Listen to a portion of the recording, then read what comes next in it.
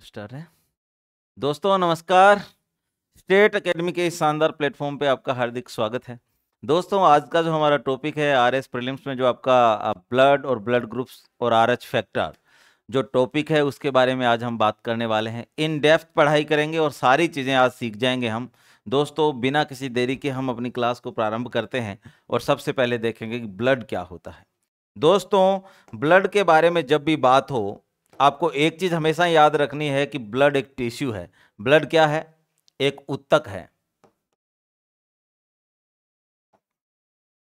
Blood के बारे में जो बात आपको याद रखनी है दोस्तों, ब्लड एक ऊतक है या जिसे आप कह सकते हो टिश्यू है।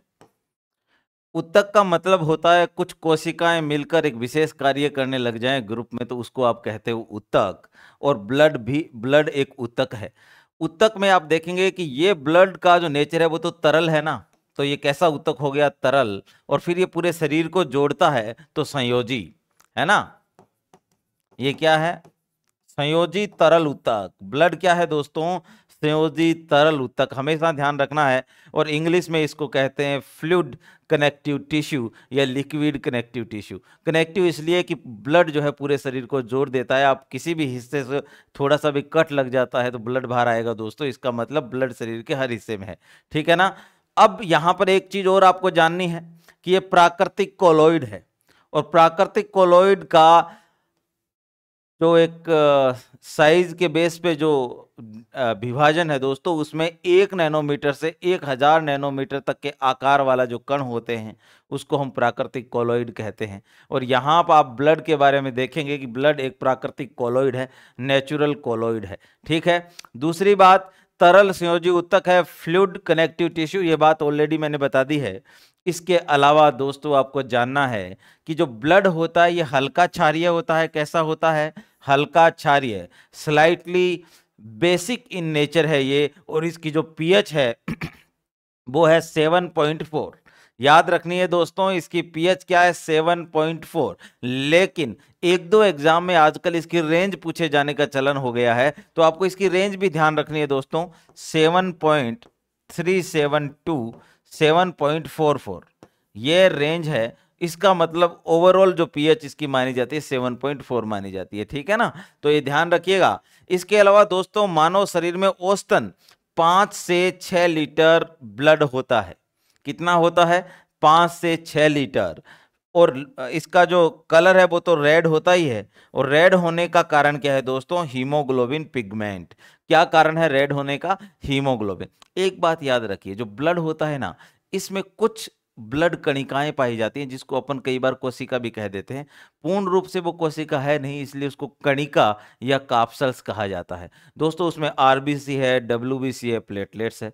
अब जो 99% पार्ट होता है ना ब्लड में, आरबीसी का होता है दोस्तों। और आरबीसी में हीमोग्लोबिन पाया जाता है, इसीलिए ब्लड का जो रंग है वो लाल है मित्रों। क्योंकि प्लेटलेट्स और डब्ल्यूबीसी तो 1% से भी कम है यदि ओवरऑल आप देखें तो। ठीक है ना, तो ज्यादातर पार्ट किसका है? आरबीसी का। ठीक है भाई। अब ये जो ब्लड है इसके दो पार्ट होते हैं, एक तो तरल भाग है और एक ठोस भाग है। जो सॉलिड पार्ट है दोस्तों इसको कहा जाता है सेलुलर पार्ट। क्या कहा जाता है? Cellular part. और जो तरल भाग है इसको कहा जाता है दोस्तों प्लाज्मा। और यहां आपको ध्यान क्या रखना है, आपसे पूछा जा सकता है कि ब्लड के तरल भाग को क्या कहते हैं? आंसर होगा प्लाज्मा। ठीक है। इसके अलावा आपसे इसका परसेंटेज पूछा जा सकता है कि यदि 100% ब्लड है तो उसमें से कितना परसेंट प्लाज्मा है और कितना परसेंट सेलुलर पार्ट है। तो ये दोस्तों आपको याद रखना है कि 55% तो होता है तरल यानी प्लाज्मा पार्ट, और 45% होता है आपका सेलुलर पार्ट, जिसमें आरबीसी है, डब्ल्यूबीसी है और प्लेटलेट्स है। आरबीसी का मतलब है रेड ब्लड काप्सल्स, डब्ल्यूबीसी का मतलब होता है व्हाइट ब्लड काप्सल्स, और प्लेटलेट्स का मतलब तो बिंबाणु होता है दोस्तों। हिंदी में यदि बात करेंगे तो लाल रक्त कणिका, श्वेत रक्त कणिका और बिंबाणु। ठीक है, ऐसे आपको याद रख लेना है। ठीक है भाई, चलिए आगे बढ़ते हैं। अब दोस्तों हम बात करते हैं सबसे पहले प्लाज्मा पार्ट की, कि प्लाज्मा पार्ट जो है 55% पाया जाता है और ये तरल भाग है। ठीक है ना। और ये कैसा होता है? हल्के पीले रंग का, है ना, पेल येलो टाइप का होता है। हल्के पीले रंग का प्लाज्मा जो है होता है, तरल भाग है ब्लड का। और कितने परसेंट है? 55%। ये आपको पता चल चुका है। अब इसमें दो तरह के भाग होते हैं दोस्तों, एक भाग तो होता है कार्बनिक और दूसरा होता है अकार्बनिक। आप जानते हो प्रकृति में पाई जाने वाली जितनी भी चीजें हैं दो भागों में हम बांटा करते हैं, ऑर्गेनिक और इनऑर्गेनिक, ठीक है ना। तो आपका जो ब्लड प्लाज्मा है उसमें कुछ पार्ट तो ऑर्गेनिक है और कुछ पार्ट इनऑर्गेनिक है। ऑर्गेनिक इनऑर्गेनिक दोनों को हमें डेप्थ में पढ़ना चाहिए। यहां आप देखेंगे दोस्तों कि ऑर्गेनिक और इनऑर्गेनिक के अलावा यहां पर वाटर भी होता है, क्योंकि तरल मोड तो यही देता है। तो H2O जो है लगभग 90 से 92% यहां पर क्या है, जल है। फिर से सुनिए, ओवरऑल यदि ब्लड की बात आएगी ना तो आपको यह बताना है कि ब्लड का तरल भाग जिसे हम प्लाज्मा कहते हैं वो 55% है। यदि मैं ये जो आपका प्लाज्मा है इसको 100% काउंट करके चलूं तो उसमें से 90 से 92% पार्ट पानी का है, H2O है, ठीक है। अब बचा कितना, 8 से 10% बचा, उसमें ऑर्गेनिक और इनऑर्गेनिक मटेरियल होते हैं। समझ में आ गई बात? फिर से सुनिए, आपके ब्लड में प्लाज्मा पार्ट है 55%। इसी प्लाज्मा पार्ट को यदि मैं 100% काउंट करके देखूं कि इसमें क्या क्या है, तो उसमें से 90 से 92% तो होता है वाटर और बाकी 8 से 10% होता है आपका ऑर्गेनिक और इनऑर्गेनिक कंपोनेंट। ठीक है भाई, चलिए आगे बढ़ते हैं। ये लिखा हुआ भी है यहां पे दोस्तों। जो कार्बनिक भाग है उसमें मुख्य रूप से पाया जाता है प्रोटीन, इसके अलावा कार्बोहाइड्रेट और फैट भी, ठीक है ना।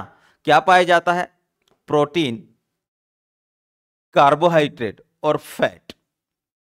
यहां दोस्तों जो प्रोटीन पाई जाती है ना वो बहुत ही इंपॉर्टेंट है और उनके सर्टेन फंक्शन है, यानी निश्चित उनके काम है। और ये बात पूछी जा सकती है आपसे कि ब्लड प्लाज्मा में पाए जाने वाली प्रोटीन कौन कौन सी होती है। तो एक तो होती है दोस्तों एल्ब्यूमिन।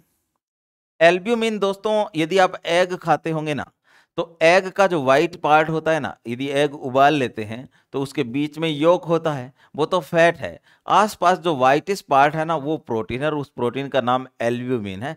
ये हमारी बॉडी में ऑस्मेटिक प्रेशर को मेंटेन करती है, ठीक है ना, बीपी को मेंटेन करती है, पानी की मात्रा को मेंटेन करती है हमारी बॉडी में। तो पूरा का पूरा ऑस्मेटिक प्रेशर जो होता है हमारे शरीर का उसे मेंटेन करने में कौन भाग लेता है दोस्तों, एल्ब्यूमिन। और एल्ब्यूमिन कहाँ मिलती है, प्लाज्मा में, याद रखिए। दूसरी प्रोटीन है दोस्तों ग्लोब्युलिन्स। दूसरी प्रोटीन कौन सी है, ग्लोब्युलिन्स। अब ये जो ग्लोब्युलिन्स होती है ये भी प्लाज्मा प्रोटीन है, लेकिन क्या काम करती है दोस्तों, ये बनाती है एंटीबॉडी। क्या बनाती है, एंटीबॉडी। दो चीजें आप आगे पढ़ेंगे, एक तो एंटीबॉडी और एक एंटीजन। दोनों के मीनिंग में बताऊंगा, कैसे उनके फंक्शन क्या है वो भी बात करेंगे। लेकिन अभी आपको यह जानना है कि जो ग्लोबुलिन्स प्रोटीन है ये बनाती है एंटीबॉडी को, याद रहेगा। चलिए आगे बढ़ते हैं। एंटीबॉडी बनाती है मतलब ये इम्यून सिस्टम को बनाएगी। किसको बनाएगी, इम्यून सिस्टम को। ये ऑस्मेटिक प्रेशर का जो है वो करती है। तीसरी प्रोटीन है दोस्तों फाइब्रिनोजन। फाइब्रिनोजन भी प्लाज्मा प्रोटीन है दोस्तों और ब्लड क्लोटिंग में भाग लेती है। जब आपको चोट लगती है तो आप देखेंगे कुछ देर बाद आपका ब्लड बहने से रुक जाता है। उसकी वजह है ब्लड क्लोटिंग, यानी रक्त का थक्का बनना, ठीक है ना। तो उस रक्त के थक्का बनने में जो प्रोटीन एक इंपॉर्टेंट रोल प्ले करती है उसका नाम है दोस्तों फाइब्रिनोजन, याद रहेगा आपको। ठीक है, तीन प्रोटीन आपने देख ली। और चौथी प्रोटीन है दोस्तों प्रोथ्रोम्बिन। कौन सी है, प्रोथ्रोम्बिन। ये भी प्लाज्मा प्रोटीन है और ये भी जो दोस्तों ब्लड क्लोटिंग में भाग लेती है, रक्त के थक्का निर्माण में भाग लेती है। और आगे मैं आपको पूरा ब्लड क्लोटिंग का प्रोसेस बताने वाला हूं। पूरा का पूरा रक्त थक्का निर्माण की विधि हम देखेंगे, कौन कौन से स्टेप्स होते हैं और उसमें कौन कौन सी चीजें भाग लेती हैं, ठीक है ना भाई। फिर आप देखेंगे दोस्तों एक प्रोटीन सी भी इसमें मिलती है जो कि विटामिन के जो है उसके लिए काम करती है। तो सिर्फ इतना याद रखिए कि विटामिन प्रोटीन सी जो है वो भी प्लाज्मा प्रोटीन है। हालांकि ये जो ऊपर वाली चार है ना यही सबसे ज्यादा पूछी जाती है। तो आपको ध्यान रखना है कि ऑर्गेनिक मटेरियल में पहला भाग प्रोटीन है। दूसरा देखें, दूसरा है भाई अप्रोटीनी नाइट्रोजन पदार्थ, ठीक है। यहां आप देखेंगे कि इसमें यूरिया है, अमोनिया है, यूरिक एसिड है। दोस्तों मनुष्य जो होता है ना वो यूरियोटेलिक है। मनुष्य क्या होता है, यूरियोटेलिक। कोई एमिनोटेलिक होता है, कोई अमोनिया टेलिक होता है, कोई कोई कैसा होता है, यूरियोटेलिक होता है, कोई यूरिक एसिड जो है रिलीज करता है अपने उत्सर्जन में। लेकिन जब मानव की बात आएगी ना, तो मानव किसको रिलीज करता है दोस्तों? यूरिया को। आपको याद रखना है, आपसे कोई पूछ ले कि आपके शरीर में जब प्रोटीन जो है अपघटित होती है, तो हमारे शरीर में दोस्तों बनती है अमोनिया। अमोनिया एक खतरनाक पदार्थ होता है, इसलिए जब भी हमारे शरीर में इस तरह के पदार्थ आते हैं, तो जो लीवर है वो आगे निकल के आता है। लीवर जो है अमोनिया का सामना करता है और अमोनिया को बदल देता है यूरिया में। अमोनिया की तुलना में यूरिया कम खतरनाक उत्सर्जी पदार्थ है। हालांकि आप यूरिया को भी बॉडी में बहुत समय तक स्टोर करके नहीं रख सकते, उसे भी उत्सर्जित ही करना है। लेकिन अमोनिया यदि उतनी देर भी बॉडी में रहता है तो आपके इंटरनल ऑर्गन्स को डैमेज कर सकता है। इसलिए लीवर क्या करता है? अमोनिया को यूरिया में बदलता है। और ये जो साइकिल चलता है ना अमोनिया को यूरिया में बदलने का, इसका नाम है ओर्निथिन साइकिल। याद रखना है आपको कि अमोनिया को यूरिया में बदलने वाले साइकिल का क्या नाम है? ओर्निथिन। क्या नाम है दोस्तों? ओर्निथिन साइकिल। और संपन्न कहां पे होता है? लीवर में। तो मनुष्य की जब आप बात करेंगे ना, तो वो यूरियोटेलिक है, इसलिए सबसे ज्यादा मात्रा में आपके ब्लड में यूरिया मिलता है, क्योंकि वहीं से भी डायलिसिस की प्रोसेस होके वो यूरिन के रूप में बाहर निकलता है। दूसरा, अमोनिया ऑलरेडी है ही, क्योंकि अमोनिया को ही यूरिया में बदला जाता है। और यूरिक एसिड भी बनता है दोस्तों। कभी कभी यूरिक एसिड बहुत ज्यादा मात्रा में बनने लग जाए तो आपकी बॉडी के साथ ये दिक्कत हो जाती है। देखो आप, मान लीजिए ये आपकी बोन है और ये इस बोन का जॉइंट है। यहां पर लिक्विड भरा हुआ है दो बोन्स के जॉइंट में, और यूरिक एसिड यदि ज्यादा बनने लगे ना, तो यूरिक एसिड के क्रिस्टल यहां आके इकट्ठे होते हैं हड्डियों के जोड़ में, है ना। इस रोग का नाम गाउट रोग है दोस्तों। क्या हो जाता है? गाउट रोग। कारण क्या है? यूरिक अम्ल जमा होने लगता है। याद रखना, गाउट रोग का कारण क्या है? यूरिक अम्ल। और ये कब बनता है? जब यूरिया के साथ इसकी मात्रा ज्यादा बनने लगती है। ठीक है, चलिए वापस आ जाते हैं अपने टॉपिक पे। दोस्तों इसके अलावा फैट मिलता है। फैट के बारे में आपको मैंने बताया है कि ये कार्बनिक पदार्थ है। ठीक है, फैट में मुख्य रूप से कोलेस्ट्रॉल है और फॉस्फोलिपिड है। कौन है दोस्तों? कोलेस्ट्रॉल। कोलेस्ट्रॉल भी आपके ब्लड में दो तरह का होता है दोस्तों, एक बैड कोलेस्ट्रॉल, एक होता है गुड कोलेस्ट्रॉल। ये मैं आपको जब हम पढ़ेंगे ना आपका फूड वाला पार्ट, फूड एंड न्यूट्रिशन, तब आपके बारे में इसके बारे में डिटेल जानकारी आपको दूंगा कि बैड कोलेस्ट्रॉल किसे कहते हैं और गुड कोलेस्ट्रॉल किसे कहते हैं, और क्या खाने से बैड कोलेस्ट्रॉल बढ़ जाएगा और क्या नहीं खाने से कम होगा। ये सारी बातें अपन करेंगे, ठीक है ना भाई। फिर आप देखेंगे कि ब्लड कार्बोहाइड्रेट की बात करेंगे आप, तो इसमें मुख्य रूप से ग्लूकोज पाया जाता है, जिससे ब्लड शुगर की संज्ञा दी जाती है। क्या दी जाती है दोस्तों? Blood sugar. ये सब प्लाज्मा की बात कर रहे हैं अपन अभी, है ना, प्लाज्मा। फिर कुछ अन्य पदार्थ भी होंगे, जैसे एंटीबॉडी पाए जाएंगे, हार्मोन पाए जाएंगे, एंजाइम पाए जाएंगे। ये क्या करेंगे भाई? जैसे हार्मोन है वो तो ब्लड के माध्यम से ही अपने टारगेट ऑर्गन तक पहुंचते हैं। आपको पता है ना हमारे शरीर में दो तरह की ग्रंथियां मिलती हैं, एक तो एंडोक्राइन और एक्सोक्राइन। एंडोक्राइन को हम बोलते हैं अंतःस्रावी ग्रंथियां, और एक होती है वही स्रावी ग्रंथियां जो एक्सोक्राइन कहा जाता है। और एक और कैटेगरी भी है जिसमें दोनों मिल जाती है, तो उसको मिक्स्ड ग्लैंड या मिश्रित ग्रंथि की संज्ञा दी जाती है। उसका उदाहरण है अग्नाशय या पैंक्रियाज। दोस्तों जो आपकी एंडोक्राइन ग्लैंड है उसका जो रिलीज होता है ना, उसका नाम हार्मोन है, और ये नलिका विहीन होती है, इसलिए अपना रिलीज ब्लड में डालते हैं और ब्लड के माध्यम से टारगेट ऑर्गन तक पहुंचता है। ठीक है ना। तो यहां आप देखेंगे एंटीबॉडी और हार्मोन भी जो है ब्लड में मिलेंगे। फिर दोस्तों आप देखेंगे कि ब्लड में कुछ पिगमेंट भी मिलते हैं, कुछ वर्णक भी मिलते हैं, जैसे बिलिवर्डिन। ये वसा के पाचन के लिए बहुत जरूरी होते हैं दोस्तों। जब पीलिया होता है ना किसी आदमी को, जॉइंडिस या पीलिया, तो यही बढ़ते हैं। एक होता है दोस्तों बाइलिवर्डिन, एक तो होता है बिलिवर्डिन और एक होता है बाइलिरुबिन। एक होता है बाइलिरुबिन और एक होता है बिलिवर्डिन। ठीक है, दोनों याद रहेगा, बिलिवर्डिन और बाइलिरुबिन। ये कब बनते हैं दोस्तों? जब आरबीसी मरती है ना, तो ये बढ़ते रहते हैं। जब आरबीसी मर जाती है तो ये उसके मरने से, उसके टूटने से ये बनते हैं। ठीक है ना। इनकी मात्रा ज्यादा होने से आपको पीलिया रोग हो जाता है। ठीक है भाई। तो ये कुछ आपके प्लाज्मा में पाए जाने वाले पदार्थ थे। इसके अलावा दोस्तों अपन जब अकार्बनिक घटक की बात करेंगे तो यहां आप देखेंगे sodium, potassium, calcium, magnesium, iron, copper, phosphorus. ये सारे क्या है? ये आपकी बॉडी में पाए जाने वाले, यानी ब्लड में पाए जाने वाले अकार्बनिक पदार्थ है, इनऑर्गेनिक पदार्थ। जैसे आप नमक खाते हो तो उसमें NaCl होता है, क्या होता है, NaCl। तो यहाँ सोडियम और क्लोराइड तो यहीं से चला गया, ठीक है। मैग्नीशियम, आयरन, कॉपर, ये सब आपकी बॉडी के लिए जरूरी होते हैं, ठीक है ना। फूड एंड न्यूट्रिशन में हम माइक्रो न्यूट्रिएंट में इनको और ज्यादा पढ़ेंगे कि कौन सा पदार्थ खाने से हमें क्या फायदा होगा और नहीं खाने से हमारी बॉडी पे क्या एडवर्स या विपरीत प्रभाव होने वाला है, वो भी देखेंगे, ठीक है भाई। तो अभी तक हमने देखा प्लाज्मा पार्ट को, और प्लाज्मा पार्ट के बाद हम देखते हैं प्लाज्मा के कार्य। एक तो हमें देखना ओवरऑल ब्लड के कार्य, लेकिन प्लाज्मा के कार्य अलग से भी देखने चाहिए दोस्तों। तो देखिए, पहला कार्य है प्लाज्मा का ऊष्मा का परिवहन। क्या है, ऊष्मा का परिवहन। देखिए, मैं अपने हाथों को ऐसे करूंगा तो ये हाथ गर्म हो जाते हैं ना, इसका मतलब ऊष्मा का प्रवाह हुआ है, उसका कारण ब्लड है दोस्तों। और ब्लड बहता ही प्लाज्मा की वजह से है, क्योंकि तरल भाग को आप क्या कहते हैं, आप प्लाज्मा कहते हैं। समझ में आ गई मेरी बात, ठीक है भाई। दूसरा दोस्तों, ये प्रतिरक्षा तंत्र का निर्माण करते हैं। किसका निर्माण करते हैं, प्रतिरक्षा तंत्र का निर्माण करते हैं, क्योंकि जो ग्लोबुलिन प्रोटीन है वो कहाँ मिलती है मित्रों, वो मिलती है आपके प्लाज्मा में। क्या बनाती है, एंटीबॉडी, ठीक है ना। फिर आप देखिए रुधिर पीएच का नियमन, ये रुधिर पीएच का नियमन व रखरखाव भी करते हैं। मैंने आपको बताया था जो एल्ब्यूमिन है वो ब्लड प्रेशर, रुधिर पीएच, इन सब का जो है नियमन करती है, इवन पानी की मात्रा का भी। तो आप देखिए ये रुधिर पीएच, पीएच कितनी होती है, 7.4, ठीक है ना। कितनी होती है मित्रों, 7.4।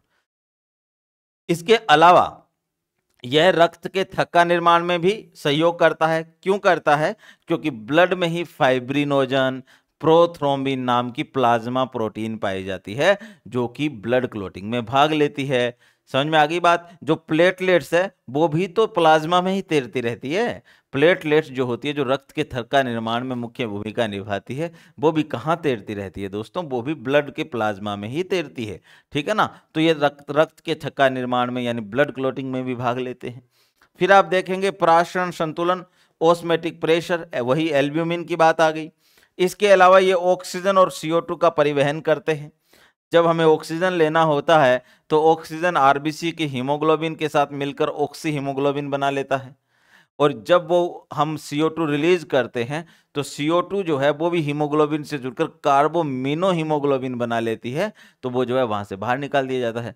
तो आपको ध्यान रखना है कि ये जो है O2 और CO2 के परिवहन में भी भाग लेता है प्लाज्मा। यही सब ब्लड के कार्य भी हो जाएंगे। फिर उत्सर्जित पदार्थों को हटाता है। उत्सर्जित पदार्थों को क्यों हटाता है, क्योंकि यूरिया, अमोनिया, यूरिक एसिड वो कहां पर है, ब्लड प्लाज्मा में ही है। समझ में आ गई। तो ये सारे आपके प्लाज्मा के कार्य हैं। फिर दोस्तों आप देखेंगे कि हार्मोन्स, विटामिन, एंटीबॉडी आदि का परिवहन भी यही करता है। ऑलरेडी हम ये बात बता चुके हैं। फिर प्रतिस्कंदक पदार्थ, एंटीकोगुलेंट पदार्थ भी इसी में है। आप जानते हैं आपका ब्लड जमता क्यों नहीं, जबकि आपका ब्लड आपके शरीर से बाहर निकलते ही जम जाएगा और शरीर के अंदर तो बहता रहता है ना। और जैसे आपको कट लगा वहां फिर क्लोट बन जाता है ना, इसका मतलब बाहर आते ही जमने लगता है। तो क्या वजह है कि ब्लड, आपकी ब्लड वाहिकाओं में, रक्त जो वाहिकाएं होती है, ब्लड वेसल्स जो होती है, उनमें क्यों नहीं जमता, क्योंकि हमारी इस रक्त प्लाज्मा में एक पदार्थ मिलता है दोस्तों जिसका नाम है हिपेरिन। क्या नाम है दोस्तों, हिपेरिन। हिपेरिन की वजह से रक्त जो है जमता नहीं है। हिपेरिन को एंटीकोगुलेंट या प्रतिस्कंदक पदार्थ भी कहा जाता है। कभी कभी आपने मूवीज में देखा होगा कि हीरोडीनिया, जोंक को कहते हैं हीरोडीनिया। जोंक जब आपके शरीर पे ऐसे डंक मारती है तो आपके ब्लड को ऐसे सक करती रहेगी। क्या वजह है, जबकि मैंने कहा कट लगते ही ब्लड 2 से 3-4 मिनट में जो है क्लोट बना लेगा, लेकिन जब जोंक काटती है तब ऐसा क्यों नहीं होता है, क्योंकि जो जोंक है उसकी लार में एक पदार्थ पाया जाता है जिसका नाम है हीरोडीन। नाम क्या है दोस्तों, हीरोडीन। हीरोडीन नाम आया उसके हीरोडीनिया से ही, है ना। तो जो हीरोडीन है ये भी एंटीकोगुलेंट है, ये भी ब्लड को जमने नहीं देता है। जब भी कभी आप डॉक्टर के पास जाते हो, जब आप ब्लड सैंपल देते हो रोग की टेस्टिंग के लिए, तो आप देखेंगे कि एक छोटी सी वाइल में एक छोटी सी टेस्ट ट्यूब होती है प्लास्टिक की बनी हुई, उसमें वो आपका सैंपल लेता है और उसके नीचे थोड़ा सा एक लिक्विड भरा रहता है, वो ईडीटी है दोस्तों। वो क्या है, ईडीटीए। अब वो ये जो ईडीटीए है ये भी एंटीकोगुलेंट पदार्थ है, आर्टिफिशियल एंटीकोगुलेंट पदार्थ है जो आपके ब्लड को जमने नहीं देता है। तो ये आपके लिए होमवर्क है। आप घर में आज ढूंढेंगे कि ईडीटीए का फुल फॉर्म क्या होता है, पूछा जा सकता है। ये भी क्या है, एक एंटीकोगुलेंट पदार्थ है। यहां पर आपने 3 एंटीकोगुलेंट पदार्थों के बारे में जान लिया है दोस्तों। हिपेरिन जो हमारे ब्लड में मिलता है नेचुरली, ईडीटीए जो कृत्रिम रूप से बनाया गया एक एंटीकोगुलेंट प्रतिस्कंदक पदार्थ है। स्कंदन का मतलब है जमना, और स्कंदन का जो विरोध करते हैं वो तो प्रतिस्कंदक हुए ना मित्रों, एंटीकोगुलेंट, ठीक है ना। और इसके अलावा मैंने आपको हीरोडीन का भी एग्जांपल दिया है, जो हीरोडीनिया में मिलता है, और हीरोडीनिया जोंक का वैज्ञानिक नाम है। ठीक है भाई, चलिए आगे बढ़ते हैं। अब दोस्तों एक और चीज पूछी जाती है बार बार, जिसको बोलते हैं सीरम, कि सीरम क्या होता है। दोस्तों मान लीजिए यहां पर एक चीज समझने का प्रयास करते हैं अपन सीरम के बारे में, कि मान लीजिए ये एक टेस्ट ट्यूब है। ये क्या है, एक टेस्ट ट्यूब है, और इसमें आपने ब्लड सैंपल लिया है। थोड़ी देर बाद आप देखेंगे कि ब्लड सैंपल जम जाता है। ये क्या होगा, इस ब्लड सैंपल में जमाव आ जाता है। कारण क्या है जमाव आने का, कारण है दोस्तों फाइब्रिनोजन और प्रोथ्रोम्बिन।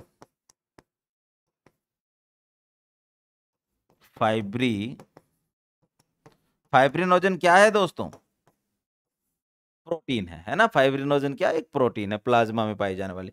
और दूसरा है प्रोथ्रोम्बिन, ये भी क्या है, ये भी प्रोटीन है।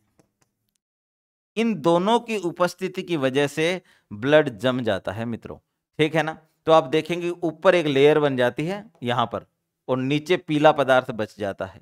अब आप इस लेयर को हटा दीजिए, इसको हटा दीजिए, तो ये जो बचा हुआ पदार्थ सीरम कहलाता है। और इसमें एंटीबॉडी होते हैं। इसमें कौन होता है, एंटीबॉडी। ये क्या है, जमा हुआ पदार्थ सीरम, और इसमें कौन होता है, एंटीबॉडी। याद रह जाएगी क्या आपको ये बात। इसका मतलब रक्त प्लाज्मा से जब भी हम फाइब्रिनोजन और प्रोथ्रोम्बिन प्रोटीन को हटा देते हैं तो बचा हुआ पदार्थ सीरम कहलाता है। क्या कहलाता है दोस्तों, जब भी आप ब्लड से, जब भी रक्त प्लाज्मा से, रक्त प्लाज्मा से फाइब्रिनोजन व प्रोथ्रोम्बिन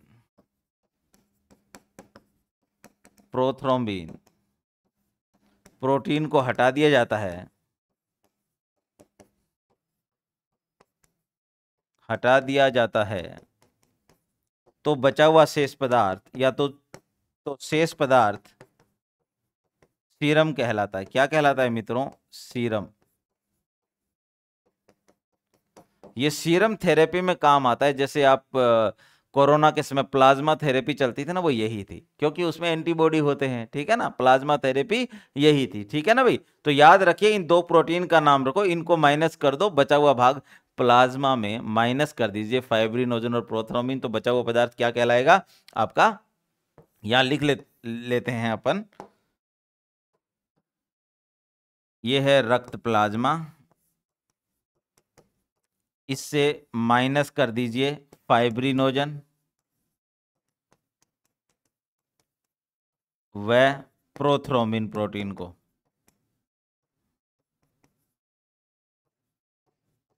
तो बचा हुआ पदार्थ क्या होगा, सीरम। मेंस में भी पूछा जा सकता है ये, है ना। ध्यान रखिए सीरम क्या होता है। अब यहां पर यही बात बताई गई है, तो चलिए आगे बढ़े। अब दोस्तों बात करते हैं, ये तो प्लाज्मा पार्ट हो गया, आपको समझ में आ गई होगी सारी चीजें, एक बार रिवाइज करेंगे तो सारा याद हो जाएगा। अब अपन बात करते हैं दोस्तों सेलुलर पार्ट की, जो कि कितना परसेंट होता है, ये होता है आपका 45%। याद रह जाएगा क्या, प्लाज्मा पार्ट तो कितना होता था 55%, और ये होता है 45%। इसके 3 भाग हैं दोस्तों। पहला है आरबीसी। आरबीसी का हिंदी में पूर्ण रूप है लाल रक्त कणिका, और इंग्लिश में इसको रेड ब्लड कार्पसल्स कहते हैं। दोस्तों कभी आपसे कोई पूछ लेना कि सेल और कार्पसल्स में अंतर क्या होता है, तो आपको ध्यान रखना है कि सेल जो होती है ना, यानी कोशिका, उसका जो मुख्य लक्षण है ना, वो है विभाजित हो जाना। सेल 1 से 2 बनेगी, 2 से 4 बनेगी, 4 से 8 बनेगी, ऐसे वो विभाजित होती रहती है एनी टाइम, ठीक है। लेकिन जो कार्पसल्स है ना, जो कणिकाएं हैं, वो सेल की तरह तो जरूर होती है, लेकिन विभाजन नहीं जानती है। जब विभाजन नहीं जानते, इसलिए एक लाइफ स्पेन है उनका, मर भी जाती है। थोड़े समय के बाद। जैसे WBC 7 से 8 दिन के आसपास उसका टाइम है, ऐसा ही प्लेटलेट्स का टाइम है। और RBC को आप देखेंगे तो वो 120 दिन जिंदा रह पाती है, यदि आपको कोई रोग नहीं है तो आप देख लीजिए, जो कणिकाएं होती हैं वो विभाजित नहीं होती, एक बार बनने के बाद उसे मरना है, नहीं बनेगी फिर। समझ में आ गई? जबकि कोशिकाएं क्या करती है, डिवीजन करती है, विभाजन करती है। ये मुख्य अंतर है। बाकी इनको कोई कोई कोशिका भी कह देता है, लेकिन एक्चुअल टर्मिनोलॉजी कणिका है और इंग्लिश में उसका काप्सल्स है। ठीक है ना? तो ध्यान रखिएगा, कभी यदि यहाँ सेल लिखा हुआ है तो वो मान लो RBC का फुल फॉर्म पूछ लो, हालांकि है तो ये बहुत बेसिक क्वेश्चन, पूछा तो नहीं जाएगा, लेकिन कभी मान लो आ ही जाए तो यहाँ काप्सल सही करके आना है, ना कि सेल। ठीक है ना दोस्तों? लाल रक्त कणिका को इरिथ्रोसाइट भी कहते हैं। क्या कहते हैं? इरिथ्रोसाइट्स। क्यों कहते हैं? क्योंकि ये रंगीन होती है। रंगीन क्यों होती है? क्योंकि इनमें हीमोग्लोबिन नामक वर्णक है। मित्रों, क्या पाया जाता है? हीमोग्लोबिन नामक वर्णक। और हमारे कुल ब्लड का, ये सेलुलर पार्ट का 99% भाग कौन है दोस्तों? RBC है। ठीक है? जैसे प्लाज्मा के 55% में ज्यादातर पार्ट किसका था? पानी का। यहां सेलुलर पार्ट में ज्यादातर भाग किसका है? RBC का, जो कि 99% है। याद रहेगा आपको। फिर आता है दोस्तों WBC। WBC को हम कहते हैं दोस्तों श्वेत रक्त कणिका। क्यों कहते हैं श्वेत रक्त कणिका? क्योंकि कोई रंग ही नहीं है इसका, इसका कोई रंग ही नहीं है दोस्तों। और साइंस में रंगहीन होने को बोलते हैं ल्यूको। क्या बोलते हैं? ल्यूको। तो ये ल्यूकोसाइट है दोस्तों। ये इरिथ्रोसाइट थी, ये ल्यूकोसाइट है। ये क्या है? ल्यूकोसाइट। इंग्लिश में इसको व्हाइट ब्लड काप्सल्स कहते हैं। याद रखना है कि कौन सी रक्त कणिका या ब्लड काप्सल्स ल्यूकोसाइट के रूप में जानी जाती है। आपके पास आंसर है WBC। कौन सी रक्त कणिका इरिथ्रोसाइट के रूप में जानी जाती है? आपके पास आंसर है RBC। ठीक है ना? फिर आप देखेंगे कि प्लेटलेट्स, चूंकि प्लेटलेट्स भाग लेती है दोस्तों रक्त के थक्का निर्माण में, रक्त का थक्का, और थक्के को इंग्लिश में कहते हैं थ्रोम्बस, तो इसका नाम भी थ्रोम्बोसाइट है दोस्तों। प्लेटलेट जिसे हिंदी में हम कहते हैं बिंबाणु, उसको थ्रोम्बोसाइट्स भी कहा जाता है, क्योंकि वो रक्त का थ्रोम्बस बनाती है, थक्का बनाती है। याद रहेगा आपको। RBC कहलाती है इरिथ्रोसाइट, WBC कहलाती है ल्यूकोसाइट, और प्लेटलेट्स कहलाती है दोस्तों थ्रोम्बोसाइट। पूछा जा सकता है कि कौन सी रक्त कणिकाएं थ्रोम्बोसाइट के रूप में जानी जाती है, तो आपके पास आज से आंसर है प्लेटलेट्स। डेंगू रोग में इन्हीं की कमी हो जाती है, प्लेटलेट्स की। ठीक है ना? चलिए आगे बढ़े दोस्तों। अब हम बात करेंगे RBC की। किसकी बात करेंगे? RBC की, यानी रेड ब्लड काप्सल्स। हमारे शरीर में 99% यही है। ब्लड का टोटल भाग जो है सेलुलर पार्ट में 99% यही है। और जो भी RBC होती है ना, इसमें दोस्तों केंद्रक नहीं होता है। ये जानने वाली बात है कि कौन सी रक्त कणिका में केंद्रक नहीं होता और किस में होता है। ये बात पूछी जा सकती है आपसे। तो RBC में केंद्रक नहीं होता दोस्तों। इस तरह से हीमोग्लोबिन भरा रहता है इसमें, क्योंकि इसका काम ही ऑक्सीजन को जो है सप्लाई करते हुए रहना है। तो ध्यान रखना है कि RBC में सिर्फ हीमोग्लोबिन वर्णक पाया जाता है, और ये ऐसे इस तरह दिखाई देती है। ठीक है ना? उभयोवतल। किस तरह की? उभयोवतल। ये तो मतलब मैंने सिर्फ समझाने के हिसाब से गोल बना दिया है, लेकिन एक्चुअल डायग्राम तो इसका ऐसा ही होता है ना। अब आगे देखें, इसका जो आकार है वो कैसा है? बाइकॉन्केव या उभयोतल या गोल। उभयोतल ध्यान रखना, इस तरह का। मान लीजिए ये अवतल लेंस हो गया, दोनों तरफ से अवतल हो तो उभय, तो उभयोवतल। ठीक है? ये आपका हो गया। ये जो साइज है ये किसका हो गया? ये जो आकार है वो हो गया आपका RBC का। इसका निर्माण कहां से होता है दोस्तों? जन्म से पूर्व, बिफोर बर्थ और आफ्टर बर्थ, दोनों ब्लड जो RBC का निर्माण है अलग अलग जगह होता है दोस्तों। देखिए, बच्चा जब पेट में है तो इसका निर्माण होता है प्लीहा या स्प्लीन में और लीवर में। कहाँ होता है? बच्चा जब पेट में होता है ना माँ के, तब ब्लड का निर्माण होता है उस बच्चे के लीवर में और स्प्लीन में। ठीक है? याद रखना, स्प्लीन को तिल्ली या प्लीहा भी कहा जाता है, और लीवर को तो यकृत कहते हैं, आपको पता ही है। ठीक है ना भाई? और जब जन्म होने के बाद इसका निर्माण होता है दोस्तों आफ्टर बर्थ लाल अस्थि मज्जा में, रेड बोन मैरो। अब बोन मैरो क्या होते हैं? जो आपकी लॉन्ग बोन्स होती है ना दोस्तों, हाथों की, पैरों की, वो अंदर से होती है खोखली, और उस खोखले भाग में जो तरल पदार्थ पाया जाता है ना, उसी का नाम बोन मैरो है, अस्थि मज्जा। अस्थि का मतलब क्या है? बोन, और मज्जा मतलब मैरो, बोन मैरो, ठीक है ना, अस्थि मज्जा से बनती है। तो यहीं पर आरबीसी बनेगी जन्म के बाद। आपको याद रखना है, एक जन्म से पूर्व आरबीसी कहाँ बनती है मित्रों? लीवर या स्प्लीन में, और जन्म के बाद बनती है लाल अस्थि मज्जा में, ठीक है भाई। फिर आपको ध्यान रखना है कि एक जो मेल पर्सन होता है, चूंकि जितनी भी ब्लड कैप्सूल्स है उसमें सबसे ज्यादा पाई जाती है आरबीसी, तो यहां पर मेल में, फीमेल में और चिल्ड्रंस में क्या क्या इसका जो क्वांटिटी है वो ध्यान रखना जरूरी है। यहां से सवाल बन सकता है, तो आप ध्यान रखिएगा कि मेल में इसकी क्वांटिटी होती है दोस्तों 4.7 टू 6.1 मिलियन सेल्स पर माइक्रोलीटर। ये याद रखना है आपको, पर माइक्रोलीटर। इसको डेसीलीटर में भी काउंट करते हैं और माइक्रोलीटर में भी। तो 4.7 टू 6.1, और फीमेल में 4.2 टू 5.4 मिलियन। तो सबसे ज्यादा किस में हुई? पुरुष में। फिर आप देखिए चिल्ड्रंस में 4 टू 5.5, यानी 4 से लेकर 5.5, ठीक है, मिलियन सेल पर माइक्रोलीटर। आपको याद रखना है 4.7 टू 6.1 मिलियन सेल्स पर माइक्रोलीटर, 4.2 टू 5.4 मिलियन सेल्स पर माइक्रोलीटर, किसमें? फीमेल्स में, और चिल्ड्रंस में भी आपको मैंने बता दिया है। तो तीनों ही चीजें आपको याद रखनी है, और कंपैरेटिव बताने का फायदा यही है कि आपको आसानी से याद रहे, ठीक है भाई। अब दोस्तों आरबीसी में केंद्रक नहीं होता, यह बात आपको याद रखनी है। यदि मुझे डीएनए टेस्ट करना हो ब्लड से, तो मैं आरबीसी से कभी डीएनए नहीं निकाल पाऊंगा, क्योंकि उसमें तो न्यूक्लियस है ही नहीं, और डीएनए कहां मिलता है? न्यूक्लियस में। तो यहां पर आपको ध्यान रखना है कि आरबीसी में न्यूक्लियस नहीं होता। लेकिन दोस्तों कुछ मैमल्स है जो इसके अपवाद है, जैसे ऊंट, जैसे लामा, जैसे गुआनाको। ये देखो लामा, गुआनाको, ये ऊंट की कैटेगरी के दक्षिणी अमेरिकी देशों में पाए जाने वाला एक जानवर है, जो ऊंट की कैटेगरी का ही होता है दोस्तों। तो ऊंट, लामा, गुआनाको, इन तीनों में आरबीसी में केंद्रक होता है। देखो ये बात मैंने क्यों बताई कि इन जनरल जो भी मैमल्स है, मैमल्स का मतलब होता है स्तनपाई, जिनमें स्तन पाए जाते हैं, वो जीव जो होते हैं उनकी आरबीसी में सामान्यतः केंद्रक नहीं पाया जाता। लेकिन कुछ ऐसे स्तनपाई होते हैं जिनकी आरबीसी में केंद्रक होता है। तो उसका एक उदाहरण तो भी रेगिस्तान का जहाज है, ऊंट, दूसरा लामा और गुआना को याद रख लेना। तीन में आपको बता रहा हूं, ऊंट, लामा और गुआना को, ठीक है भाई। चलिए आगे बढ़ते हैं। एक स्वस्थ मनुष्य में हीमोग्लोबिन कितना होना चाहिए दोस्तों? 12 से 16 ग्राम पर 100 ml, ये ध्यान रखना है। आप चेक करा के आते हो ब्लड कितना है, तो 12 से 16 ग्राम एक स्वस्थ मनुष्य का रेंज है, महिला पुरुष दोनों के लिए, है ना। महिलाओं में 12 से 14 के बीच की रेंज ठीक रहती है, पुरुषों में 12 से 16 की रेंज ठीक रहती है। ज्यादा भी नहीं होना चाहिए। किसी का 17-18 पहुंच जाए तो वो कोई बहुत खुशी की बात नहीं है, उसका मतलब है तुम्हारा ब्लड गाढ़ा हो गया है मित्र।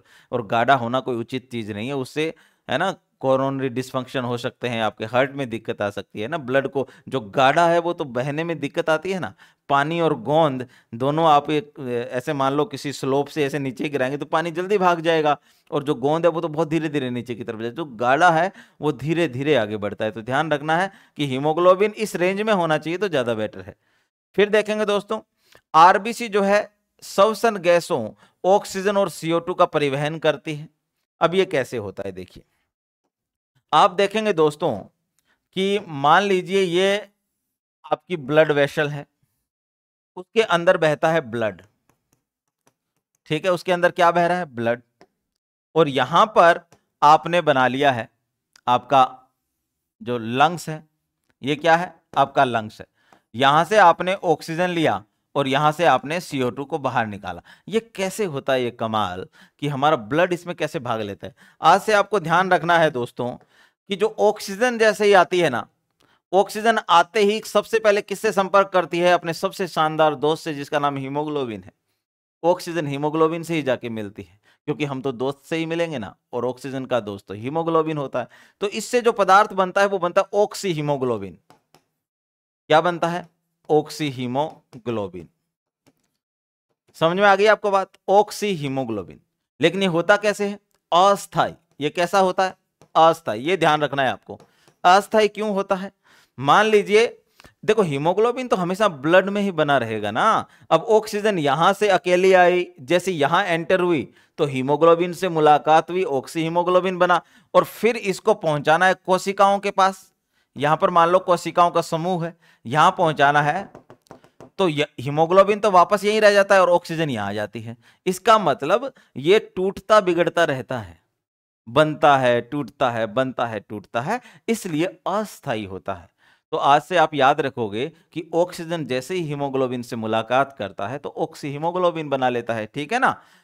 और फिर ऐसे ही आप देखोगे कि CO2 प्लस हीमोग्लोबिन जब आपस में मिलेंगे तो इससे बनता है कार्बो मीनो हीमोग्लोबिन। ये ध्यान रखना भाई। इससे फिर जो है कार्बन डाइऑक्साइड बाहर निकाल दी जाती है, और ये भी अस्थायी होता है। अस्थायी का मतलब आप समझ गए ऑलरेडी, क्योंकि मैंने बता दिया है आपको, ठीक है ना। तो इस तरह से परिवहन करने में भी सहायक है। तो अभी आपको पता चल गया कि हीमोग्लोबिन कार्बन डाइऑक्साइड के साथ क्या बनाता है। आपका आंसर है कार्बोमिनो हीमोग्लोबिन। और आपको यदि कोई पूछ ले ऑक्सीजन के साथ हीमोग्लोबिन क्या बनाता है, तो आपका ऑक्सी हीमोग्लोबिन, ठीक है भाई। तो यह भी ध्यान रखिएगा दोस्तों। अब आगे बढ़ जाते हैं दोस्तों। आरबीसी की जो सरफेस होती है ना, मान लीजिए ये आरबीसी है और इसकी सरफेस पे इस तरह के कुछ विशेष पदार्थ मिलते हैं दोस्तों। उन विशेष पदार्थों को कहते हैं एंटीजन। उन्हें क्या कहते हैं? एंटीजन। मैंने कहा था ना कि एंटीजन एंटीबॉडी ये पदार्थ आगे आएंगे, दोनों के बारे में डिटेल पढ़ेंगे, लेकिन अभी सिर्फ इतना याद रखना है कि आरबीसी की सतह पर कौन पाया जाता है? एंटीजन। और एंटीबॉडी कहां थे? प्लाज्मा में। फिर से सुनिए, एंटीजन कहां मिलेंगे? आरबीसी की सतह पर। कहां मिलेंगे दोस्तों? आरबीसी की सतह पर। एंटीबॉडी कहां मिलेंगे? ब्लड प्लाज्मा में, रक्त प्लाज्मा में। याद रहेगा। चलिए आगे बढ़े। अब ये जो एंटीजन है ना, ये दो तरह के होते हैं, एंटीजन ए और एंटीजन बी, है ना। ये ए हो गया, ये ए हो गया, ये बी हो गया, ये बी हो गया, ठीक है ना। एंटीजन ए और बी याद रखना है आपको। एंटीजन कितने प्रकार के होते हैं? एंटीजन ए और एंटीजन बी। जबकि एंटीबॉडी भी दो प्रकार के होते हैं, एंटी ए और एंटी बी। उनको स्मॉल लेटर्स में लिखते हैं, इनको कैपिटल लेटर्स में लिखते हैं। आगे काम आने वाली चीज है, ध्यान रखिए। तो यहां पर एंटीजन है और एंटीजन किस पे मिलेंगे? आरबीसी पर। फिर आप देखेंगे दोस्तों, ये जो हीमोग्लोबिन है ना, ये क्या होता है? बड़ी इंपॉर्टेंट चीज है हीमोग्लोबिन। इसके बिना काम ही नहीं चलेगा। इवन रंग भी यही देता है ब्लड को, ठीक है। देखिए, ये जो दो पदार्थों से मिलकर बना होता है हीमोग्लोबिन, जो है हीमोग्लोबिन दो पदार्थों से मिलकर बनता है। एक तो है हीम, दूसरा है ग्लोबिन। ये जो है ना ग्लोबिन, ये आपका क्या है? प्रोटीन है। और ये शरीर के अंदर ही बन जाती है, शरीर के अंदर ही बनती है, अंदर ही निर्मित। जबकि हीम बनता है लोहे से। हीम किससे बनता है? लोहे से। और लोहा मिलता है दोस्तों भोजन से। ये कहां से मिलेगा आपको? भोजन से। ये याद रखिएगा आप। हीमोग्लोबिन के दो भाग होते हैं, एक तो हीम और एक ग्लोबिन। अब जो आपका हीम है वो लोहे से बनता है, और ग्लोबिन पार्ट प्रोटीन है जो शरीर के अंदर ही बन जाता है, ठीक है ना भाई। अब यहां देखिए आप कि हीम लोह युक्त पदार्थ भोज्य पदार्थों से मिलता है।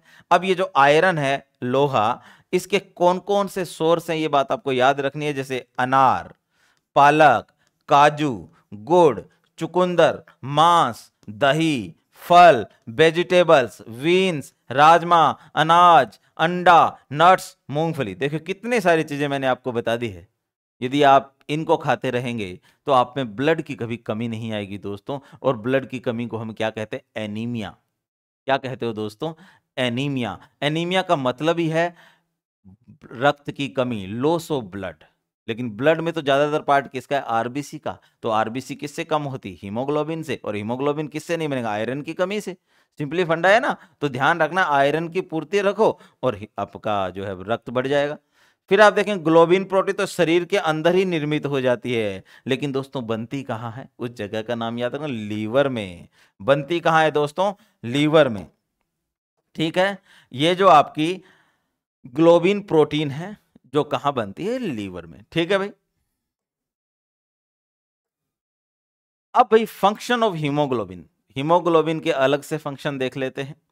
पहला काम तो अभी सब्सटेंस गैसों का परिवहन, O2 और CO2 दो सब्सटेंस गैसें हैं, इनका परिवहन करता है। फिर आप देखेंगे कि अम्ल क्षार संतुलन भी बनाता है ये हीमोग्लोबिन, हमारे शरीर का अम्ल क्षार संतुलन बनाता है। ठीक है ना भाई, तभी जो ब्लड है वो क्षारीय प्रकृति का होता है और पीएच पहुंच जाती है 7.4। ठीक है भाई। अब देखिए यहां पर हमने कुछ चीजों के बारे में एग्जाम्पल आपको दिए हैं कि कौन सा पदार्थ हीमोग्लोबिन के साथ क्या बनाता है, वो स्थायी होगा या अस्थायी, ये बात आपको ध्यान रखनी होगी क्योंकि कई एग्जाम में ऐसी चीजें भी पूछी जा रही हैं आजकल। तो दोस्तों देखिए, ऑक्सीजन हीमोग्लोबिन के साथ क्या बनाता है, ऑक्सी हीमोग्लोबिन। स्थायी होता है कि अस्थायी, अभी मैंने बताया अस्थायी। ठीक है ना। फिर कार्बन डाइऑक्साइड क्या बनाएगा, कार्बोमिनो हीमोग्लोबिन। स्थायी होता है कि अस्थायी, अस्थायी होता है दोस्तों, है ना। फिर आप देखेंगे दोस्तों, कोई व्यक्ति रूम को बंद करके सर्दी की ठंडी रातों में अंगीठी जला के सो गया और सुबह सूचना आई कि वो व्यक्ति अब जिंदा ही नहीं है। क्या वजह रही होगी दोस्तों, बंद कमरा, रूम में जलती हुई अंगीठी, इससे ऐसा क्या हुआ कि व्यक्ति मर गया। दोस्तों इससे यह हुआ कि वहां पर कार्बन मोनोऑक्साइड गैस बनी, और कार्बन मोनोऑक्साइड जो गैस होती है वो एक बहुत ताकतवर दुश्मन है किसका, ऑक्सीजन का। तो जहां पर भी कार्बन मोनोऑक्साइड पाए जाते हैं ना, वहां ऑक्सीजन की औकात ही नहीं है रहने की, वो ऑक्सीजन को किक कर देते हैं, भगा देते हैं। तो वहां जब खुद भगा देगा तो हीमोग्लोबिन के साथ कौन जुड़ जाएगा, कार्बन मोनोऑक्साइड।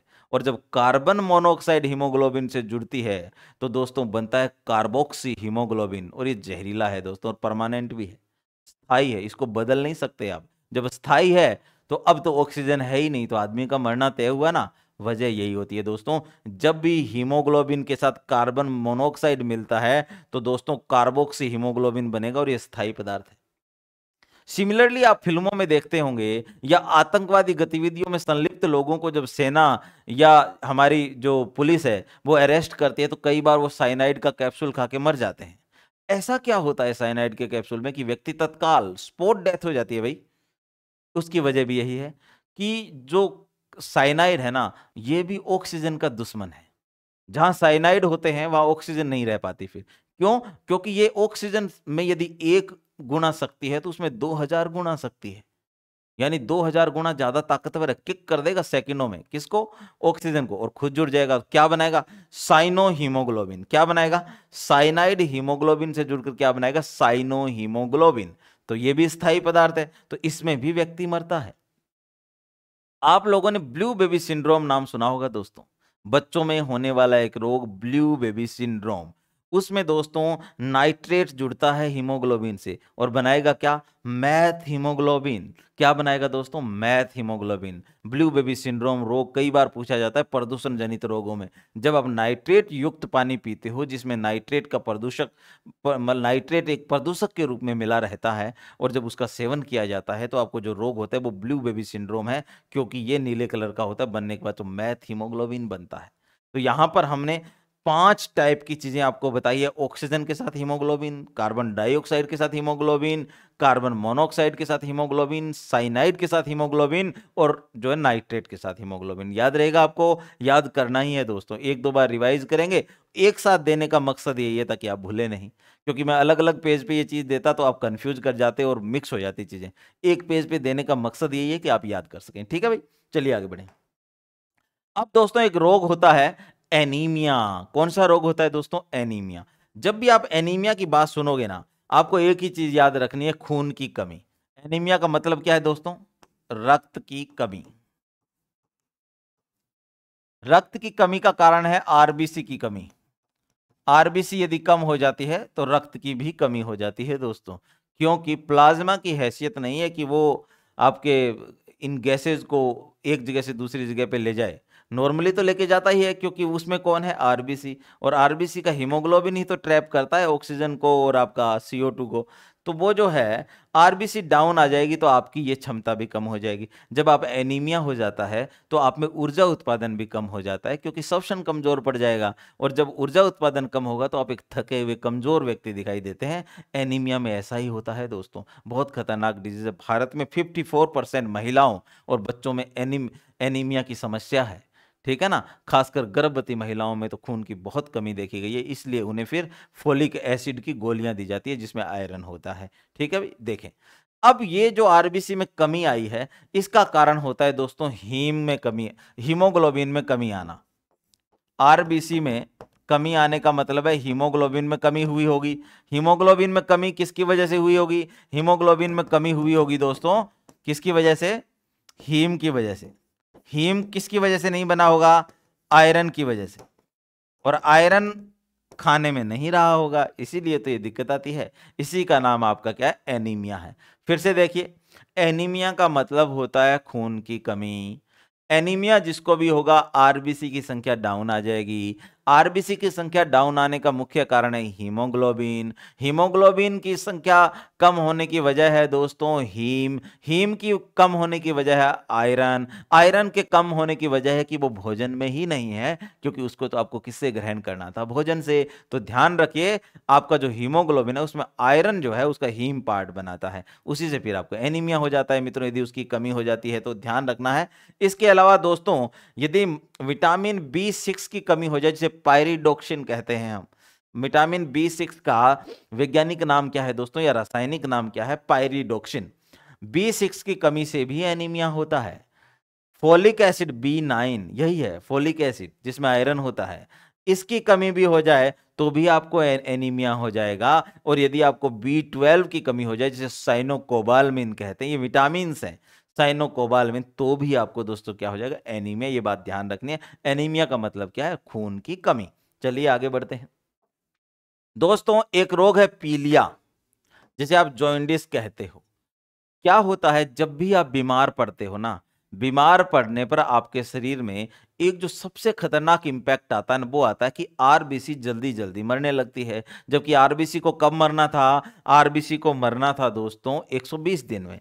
अब वो जो 120 दिन में मरने वाली आरबीसी जो होती है वो मरने लग जाए 5 दिन में, 10 दिन में, 20 दिन में, तो ये जो है ना, अब ये जो आरबीसी मरती है ना, ये शरीर के ही एक अंग में जाके नष्ट होती है, जिसे कब्रगाह कहते हैं, ग्रेवयार्ड कहते हैं। और उस ऑर्गन का नाम है दोस्तों स्प्लीन, प्लीहा।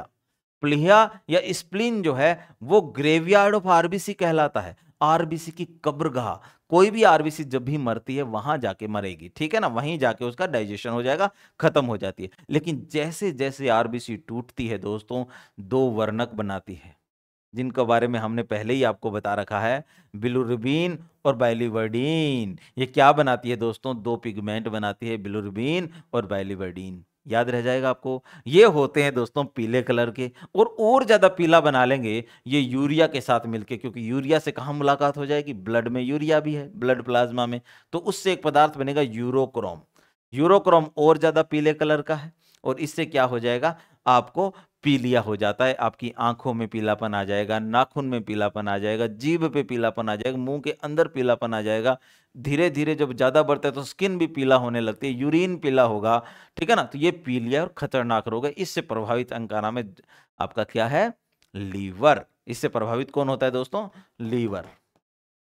अब समझ में आ गया आपको क्या हुआ? देखो, पीलिया होने में सिर्फ कारण उसका वायरस नहीं है। किसी भी तरह के संक्रमण होने पर जब आरबीसी जल्दी जल्दी मरने लगती है तो आरबीसी जाएगी कहाँ? प्लीहा में। प्लीहा में वो टूटकर दो वर्णक बना लेगी, एक का नाम है बिलिवर्डिन और दूसरे का नाम है बाइलिरुबिन। ये दोनों मिलकर यूरिया से मिलकर क्या बनाते हैं? यूरोक्रोम। और यूरोक्रोम बहुत ज्यादा पीलापन लिए हुए होता है और पीलिया का कारण बन जाता है। तो ये बात ध्यान रखनी है। ये भी किससे संबंधित है? आरबीसी से, ब्लड से संबंधित ही रोग हो गया एक तरीके से, जिसमें प्रभावित अंग कौन सा है? आपका लीवर। ठीक है भाई, चलिए आगे बढ़ें।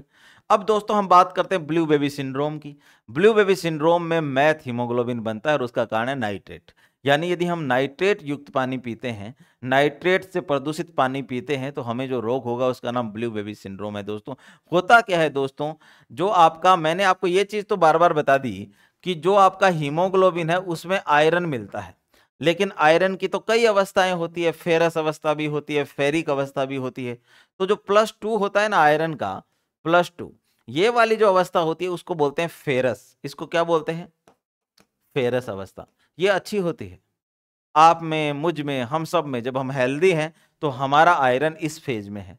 लेकिन जब कभी नाइट्रेट का हम पे आक्रमण हो जाए या पानी के माध्यम से नाइट्रेट हमारे शरीर में जाता है तो ये अवस्था बदल जाती है F3 में। किस में बदल जाती है? F3 में। इसको बोलते हैं फेरिक। और फेरिक में बदलते ही ऐसा हीमोग्लोबिन ऑक्सीजन को कैरी नहीं कर सकता दोस्तों। और यदि ऑक्सीजन को कैरी ही नहीं करेगा तो उस हीमोग्लोबिन का हम करेंगे क्या? वो तो हमारे लिए खराबी है ना। ऑक्सीजन नहीं मिलेगी तो श्वसन ठीक से नहीं होगा, श्वसन ठीक से नहीं होगा तो ऊर्जा नहीं मिलेगी, ऊर्जा नहीं मिलेगी तो आप थके हुए रहेंगे। तो आपको ध्यान रखना है ये बात कि यहाँ ब्लू बेबी सिंड्रोम जो रोग है वो होता है नाइट्रेट के प्रदूषण से। याद रह जाएगा क्या मित्रों? नाइट्रेट के प्रदूषण से। इससे कौन सा पदार्थ बनता है दोस्तों? Math haemoglobin. हीमोग्लोबिन के साथ नाइट्रेट मिलके क्या बनाता है? मैथ हीमोग्लोबिन, जो होता है नीले कलर का। ठीक है भाई। ऐसा होता क्यों है? फेरस अवस्था का फेरिक अवस्था में बदलना। बस आपके पास आंसर आ गया। ब्लू बेबी सिंड्रोम एक प्रदूषण जनित रोग है और उसका कारण क्या है दोस्तों? नाइट्रेट। ठीक है भाई, चलिए आगे बढ़े। अब दोस्तों एक बात हमें और जाननी चाहिए कि आप शुद्ध और अशुद्ध रक्त के बारे में भी आपको अंतर करना चाहिए कि शुद्ध रक्त कौन सा होता है, अशुद्ध रक्त कौन सा होता है।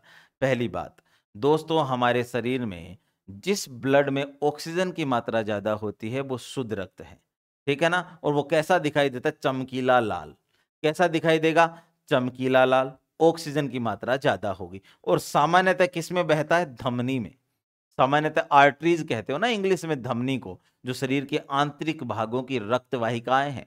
क्योंकि शरीर के बाहरी भागों पे तो मिलती है वेन्स या शिराएं जिनमें अशुद्ध रक्त बहता है। हालांकि इसका अपवाद है ना, फुफ्फुसीय धमनी में अशुद्ध रक्त बहता है और फुफ्फुसीय शिरा में दोस्तों शुद्ध रक्त बहता है। ये उसका अपवाद भी है। लेकिन उससे हटकर आपको जानना चाहिए कि एक शुद्ध रक्त कैसा होता है? चमकीला लाल, ऑक्सीजन की मात्रा ज्यादा, और सामान्यतः कहां बहता है दोस्तों? धमनियों में। इधर देखेंगे तो अशुद्ध रक्त गहरा लाल होता है मित्रों और हल्का नीलापन लिए हुए भी होता है। और इसमें दोस्तों CO2 की मात्रा ज्यादा होती है, कार्बन डाइऑक्साइड की मात्रा ज्यादा होती है। और इन जनरल ये बहता है शिराओं में या वेन्स में। ध्यान रहेगा ना, शुद्ध और अशुद्ध रक्त। चलिए आगे बढ़ जाते हैं। अब दोस्तों हम, ये तो आरबीसी की बात हो गई दोस्तों। अब हम बात करेंगे डब्ल्यूबीसी की। डब्ल्यूबीसी को हम कहते हैं दोस्तों, क्या कहते हैं? ल्यूकोसाइट। क्या कहते हैं? ल्यूकोसाइट। क्या कहते हैं मित्रों? ल्यूकोसाइट। क्यों? क्योंकि उसका कोई कलर नहीं होता। लेकिन दोस्तों डब्ल्यूबीसी में केंद्रक होता है मित्रों, ये ध्यान रखना है। आरबीसी में तो केंद्रक नहीं था लेकिन डब्ल्यूबीसी में होता है। जब भी डीएनए जांच के लिए तुम्हारा सैंपल लिया जाता है ना, ब्लड, तो डब्ल्यूबीसी से ही डीएनए निकलेगा मित्रों, क्योंकि केंद्र किसी में है। ये ध्यान रखना है। और ये जो डब्ल्यूबीसी होती है ना, ये दो तरह की होती है दोस्तों। एक होती है कणिका में और दूसरी होती है अकणिका में। कणिका में को हम बोलते हैं ग्रेनुलोसाइट, ग्रेनुलोसाइट, और इसको बोलते हैं अग्रेनुलोसाइट। अब यहां पर जैसे मैंने ब्लड में प्लाज्मा और सेलुलर पार्ट का आपको कंसंट्रेशन बताया था, ये इतना भाग है, ये इतना भाग है। डब्ल्यूबीसी के बारे में भी यहां से कई सवाल बनते हैं। तो यहां पर भी मैं आपको ये याद करने के लिए थोड़ा सा ना इंसिस्ट करूंगा कि याद करना ही है आपको। आप देखिए लगभग 67.5% जो होता है ना, कणिका में भाग होता है डब्ल्यूबीसी का। वैसे तो ओवरऑल डब्ल्यूबीसी 1% से भी कम है। एक सामान्य मनुष्य में लाखों में पाई जाती है, इवन 50 लाख तक पाई जाती है आरबीसी। और ये तो 11,000 पे जाके हाँपने लगती है डब्ल्यूबीसी। 7,000 से 11,000 रेंज ही है। इवन आजकल तो कुछ पैरामीटर और कम वाले आ गए, है ना। इसका मतलब ये मान लीजिए बहुत कम संख्या में है, लेकिन फिर भी इसको दो भागों में बांटा हुआ है, ग्रेनुलोसाइट, अग्रेनुलोसाइट। और टोटल का जो ग्रेनुलोसाइट है वो ज्यादा है 67.5% और अग्रेनुलोसाइट 32.5%। याद रह जाएगा। अब ये जो आपका ग्रेनुलोसाइट है ना, आगे 3 टाइप की है। पहली है न्यूट्रोफिल, दूसरी है इओसिनोफिल और तीसरी है बेसोफिल। याद रह जाएगा क्या मित्रों? पहली है न्यूट्रोफिल, दूसरी है इओसिनोफिल और तीसरी बेसोफिल। ये ग्रेनुलोसाइट है, कणिका में है। क्यों? ऐसा क्यों है? क्योंकि इनका जो ये द्रव्य भरा रहता है ना इसमें, ये कणिका में होता है। ये कैसा होता है, कणिका में, जबकि इधर देखोगे तो इनका जो द्रव्य है वो कणिका में नहीं है। बस इसी आधार पर कणिका में और अकणिका में कह दिया गया है। यहां दोस्तों एक और बात याद रखना, इयोसिनोफिल शब्द इरिथ्रोसाइट से जरा सिमिलर है, क्योंकि वो भी ई से और ये भी ई से, तो कंफ्यूज मत करना। इरिथ्रोसाइट तो है आरबीसी का एक दूसरा नाम, क्योंकि वो रंगीन होती है। और जो इयोसिनोफिल है ये डब्ल्यूबीसी का एक प्रकार है दोस्तों। डब्ल्यूबीसी भी कौन सी, डब्ल्यूबीसी भी आपकी कणिका में। जैसे आरबीसी काम करती है आपका जो श्वसन गैसों का परिवहन, क्योंकि उसमें हीमोग्लोबिन है, वैसे ही डब्ल्यूबीसी आपके शरीर का इम्यून सिस्टम बनाती है। क्या बनाती है दोस्तों, हमारा प्रतिरोधी तंत्र, हमारे शरीर की सेना है। डब्ल्यूबीसी कौन है, हमारे शरीर की सेना है, ये बात याद रखना है। अब आप देखेंगे कि ये जो 67.5% है, इसमें 65% तो न्यूट्रोफिल है, यानी सबसे ज्यादा यही मिलती है न्यूट्रोफिल। डब्ल्यूबीसी में सबसे ज्यादा कौन है, न्यूट्रोफिल। फिर है दोस्तों इयोसिनोफिल 2% है और बेसोफिल केवल 0.5% है। ठीक, फिर आप इधर आएंगे अग्रेनुलोसाइट में, तो टोटल तो 32.5% है, और उसमें से आप देखेंगे लिम्फोसाइट और मोनोसाइट दो टाइप है। लिम्फोसाइट 27.5% है और ये मोनोसाइट 5% है। याद रह जाएगा, ये कितना है 27.5% और ये आपका 5%, तो टोटल कितना हो गया 32.5%। तो समझ में आ गया। एक बार फिर से सुनिए, डब्ल्यूबीसी को हमने दो भागों में बांटा, ग्रेनुलोसाइट, अग्रेनुलोसाइट। ग्रेनुलोसाइट के तीन भाग हैं, न्यूट्रोफिल, इयोसिनोफिल, बेसोफिल। अग्रेनुलोसाइट के दो भाग हैं, लिम्फोसाइट, मोनोसाइट। याद रह जाएगा, लिम्फोसाइट, मोनोसाइट। ठीक है, आगे बढ़ते हैं दोस्तों। यहां हम अब बात करते हैं डब्ल्यूबीसी की डिटेल में। देखिए, डब्ल्यूबीसी को आप बोलते हैं व्हाइट ब्लड काप्सल, श्वेत रक्त कणिका, ऑलरेडी हम बात कर चुके हैं। इसको ल्यूकोसाइट कहा जाता है क्योंकि रंगहीन होती है। कैसी होती है दोस्तों, रंगहीन होती है। हीमोग्लोबिन है ही नहीं उसमें, क्योंकि हीमोग्लोबिन तो किसमें पाया जाता है, हीमोग्लोबिन तो मिलता है दोस्तों आरबीसी में।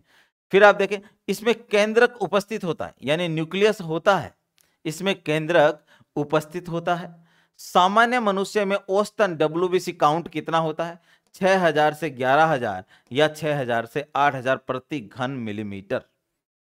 दोनों ही रेंज ठीक है और आपको दोनों ही माइंड में रखनी है, क्योंकि आपके एग्जाम के ऑप्शन में दोनों एक साथ नहीं आएगी, कोई एक पूछेगा दोस्तों। ठीक है ना, डब्ल्यूबीसी की संख्या बढ़ने का मतलब है संक्रमण का बढ़ना। जब भी भारत पाकिस्तान बॉर्डर पे टेंशन आती है तो हमारी आर्मी चली जाती है ना वहां पे, तो सैनिकों की संख्या बढ़ती है। और मैंने क्या कहा, डब्ल्यूबीसी भी हमारे शरीर का सैनिक है। तो जैसे ही हम पे कोई संक्रमण होता है, चाहे वायरल अटैक हो, चाहे बैक्टीरियल अटैक हो, चाहे फंगल हो, हमारे डब्ल्यूबीसी की संख्या बढ़ जाएगी, 11000 से ज्यादा हो जाती है। जैसे ही 13, 14, 15, 20,000 तक जाता है तो डॉक्टर कहता है आपको संक्रमण हो गया है ना, आपको जो है वायरल ये हो गया है या बैक्टीरियल कुछ हो गया, ऐसा बता देते हैं। लेकिन इनकी संख्या यदि लाखों में बढ़ जाए तो आपको एक रोग हो जाता है जिसका नाम कैंसर है दोस्तों। यही रक्त कैंसर, ब्लड कैंसर, इसे ल्यूकेमिया कहते हैं। ये जो ल्यूकेमिया शब्द है ना, ल्यूकोसाइट से ही आया है। याद रखना है, यदि डब्ल्यूबीसी संख्या लाखों में बढ़ जाए, 3-4 लाख हो जाए, तो उस रोग का नाम क्या है, ल्यूकेमिया या रक्त कैंसर या ब्लड कैंसर। ठीक है, और कैंसर का मतलब क्या है, अनकंट्रोल्ड ग्रोथ ऑफ सेल्स, जब हमारा कोई नियंत्रण नहीं होता है। इन जनरल तो बॉडी में नियंत्रण होता है सेल्स के डिवीजन पे, है ना। अब इसका जीवन काल, जैसे आरबीसी का जीवन काल था दोस्तों 120 दिन। कितना होता है आरबीसी का जीवन काल, 120 दिन। इसका जो जीवन काल है वो दोस्तों है 9 दिन। याद रखना है, कहीं 6 से 10 दिन भी बताते हैं, तो एक बीच का अपन पकड़ लेते हैं। वो तो आप ऑप्शन देख के समझ जाएंगे, है ना, गलती नहीं होगी आपसे, चिंता करने की बात नहीं है। तो ये जो है 9 दिन आप मान के चलिए। आकार कैसा होगा दोस्तों, राउंडेड आकार होता है या इररेगुलर होता है ना, अनियमित या जो है गोल जो आकार होता है, राउंडेड या इररेगुलर। ठीक है, चलिए आगे बढ़ते हैं। अब दोस्तों ये शरीर के प्रतिरक्षा तंत्र का निर्माण करते हैं। किसका निर्माण करते हैं, शरीर के प्रतिरक्षा तंत्र का, इम्यून सिस्टम बनाते हैं। ऑल्सो नोन एज प्रहरी, सैनिक, बॉडीगार्ड, सोल्जर। ये शरीर के बॉडीगार्ड और सोल्जर कहलाते हैं। अब देखिए, सभी ब्लड काप्सल में सबसे बड़े आकार डब्ल्यूबीसी का ही होता है। जितनी भी ब्लड काप्सल है, जैसे आरबीसी, प्लेटलेट्स, डब्ल्यूबीसी, उसमें सबसे बड़ा आकार किसका है, डब्ल्यूबीसी का। और डब्ल्यूबीसी में ही 5 टाइप है, तो उसमें सबसे बड़ा आकार मोनोसाइट का होता है। किसका होता है, मोनोसाइट का। उसकी बात करेंगे अपन आगे। तो ध्यान रखिए, ओवरऑल ब्लड सेल्स में या ब्लड काप्सल्स में कोई पूछ ले सबसे बड़ा आकार, तो डब्ल्यूबीसी का होता है भाई।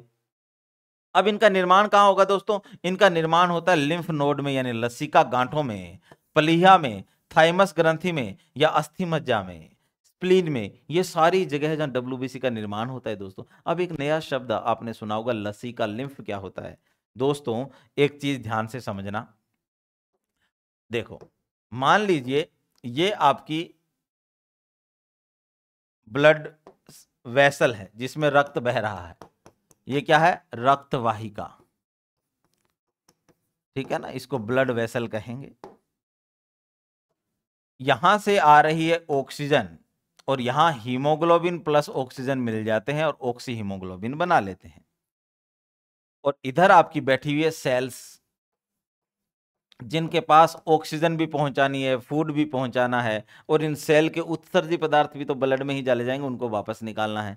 अब क्या होता है दोस्तों, ये जो रक्त है ना,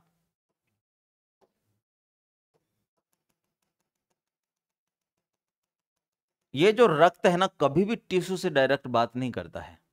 ये किसके माध्यम से बात करता है?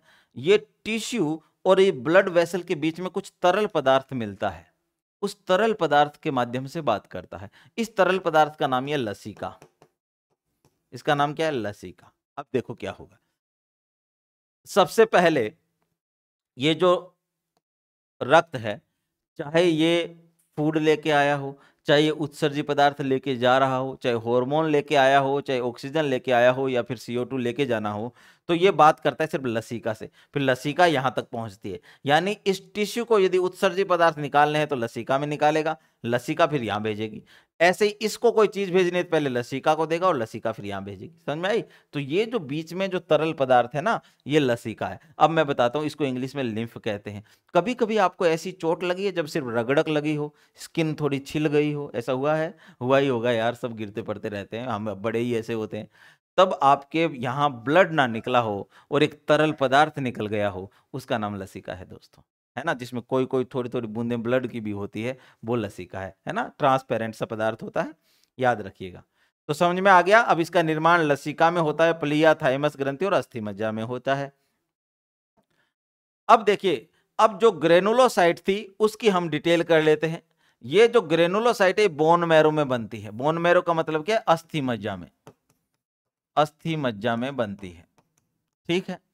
और इसका कोशिका द्रव्य जो है कणिका में होता है, इसीलिए तो नाम ग्रेनुलोसाइट है। और 3 टाइप की होती है, न्यूट्रोफिल, इओसिनोफिल और बेसोफिल, ठीक है भी। और यहां पर आपको मुझे यह बताना है कि मैंने यहां बनाए हैं डायग्राम, न्यूट्रोफिल, इओसिनोफिल और बेसोफिल, सबके डायग्राम बनाए गए हैं यहां पर। अब आप देखना, सबसे पहले हम बात करते हैं इओसिनोफिल की। इओसिनोफिल का केंद्रक देखो कैसा है। फिर आप बात करेंगे मान लो न्यूट्रोफिल की, तो न्यूट्रोफिल का केंद्रक देखो कैसा है। इनको देख के ही पहचानते हैं कि ये न्यूट्रोफिल है, इओसिनोफिल।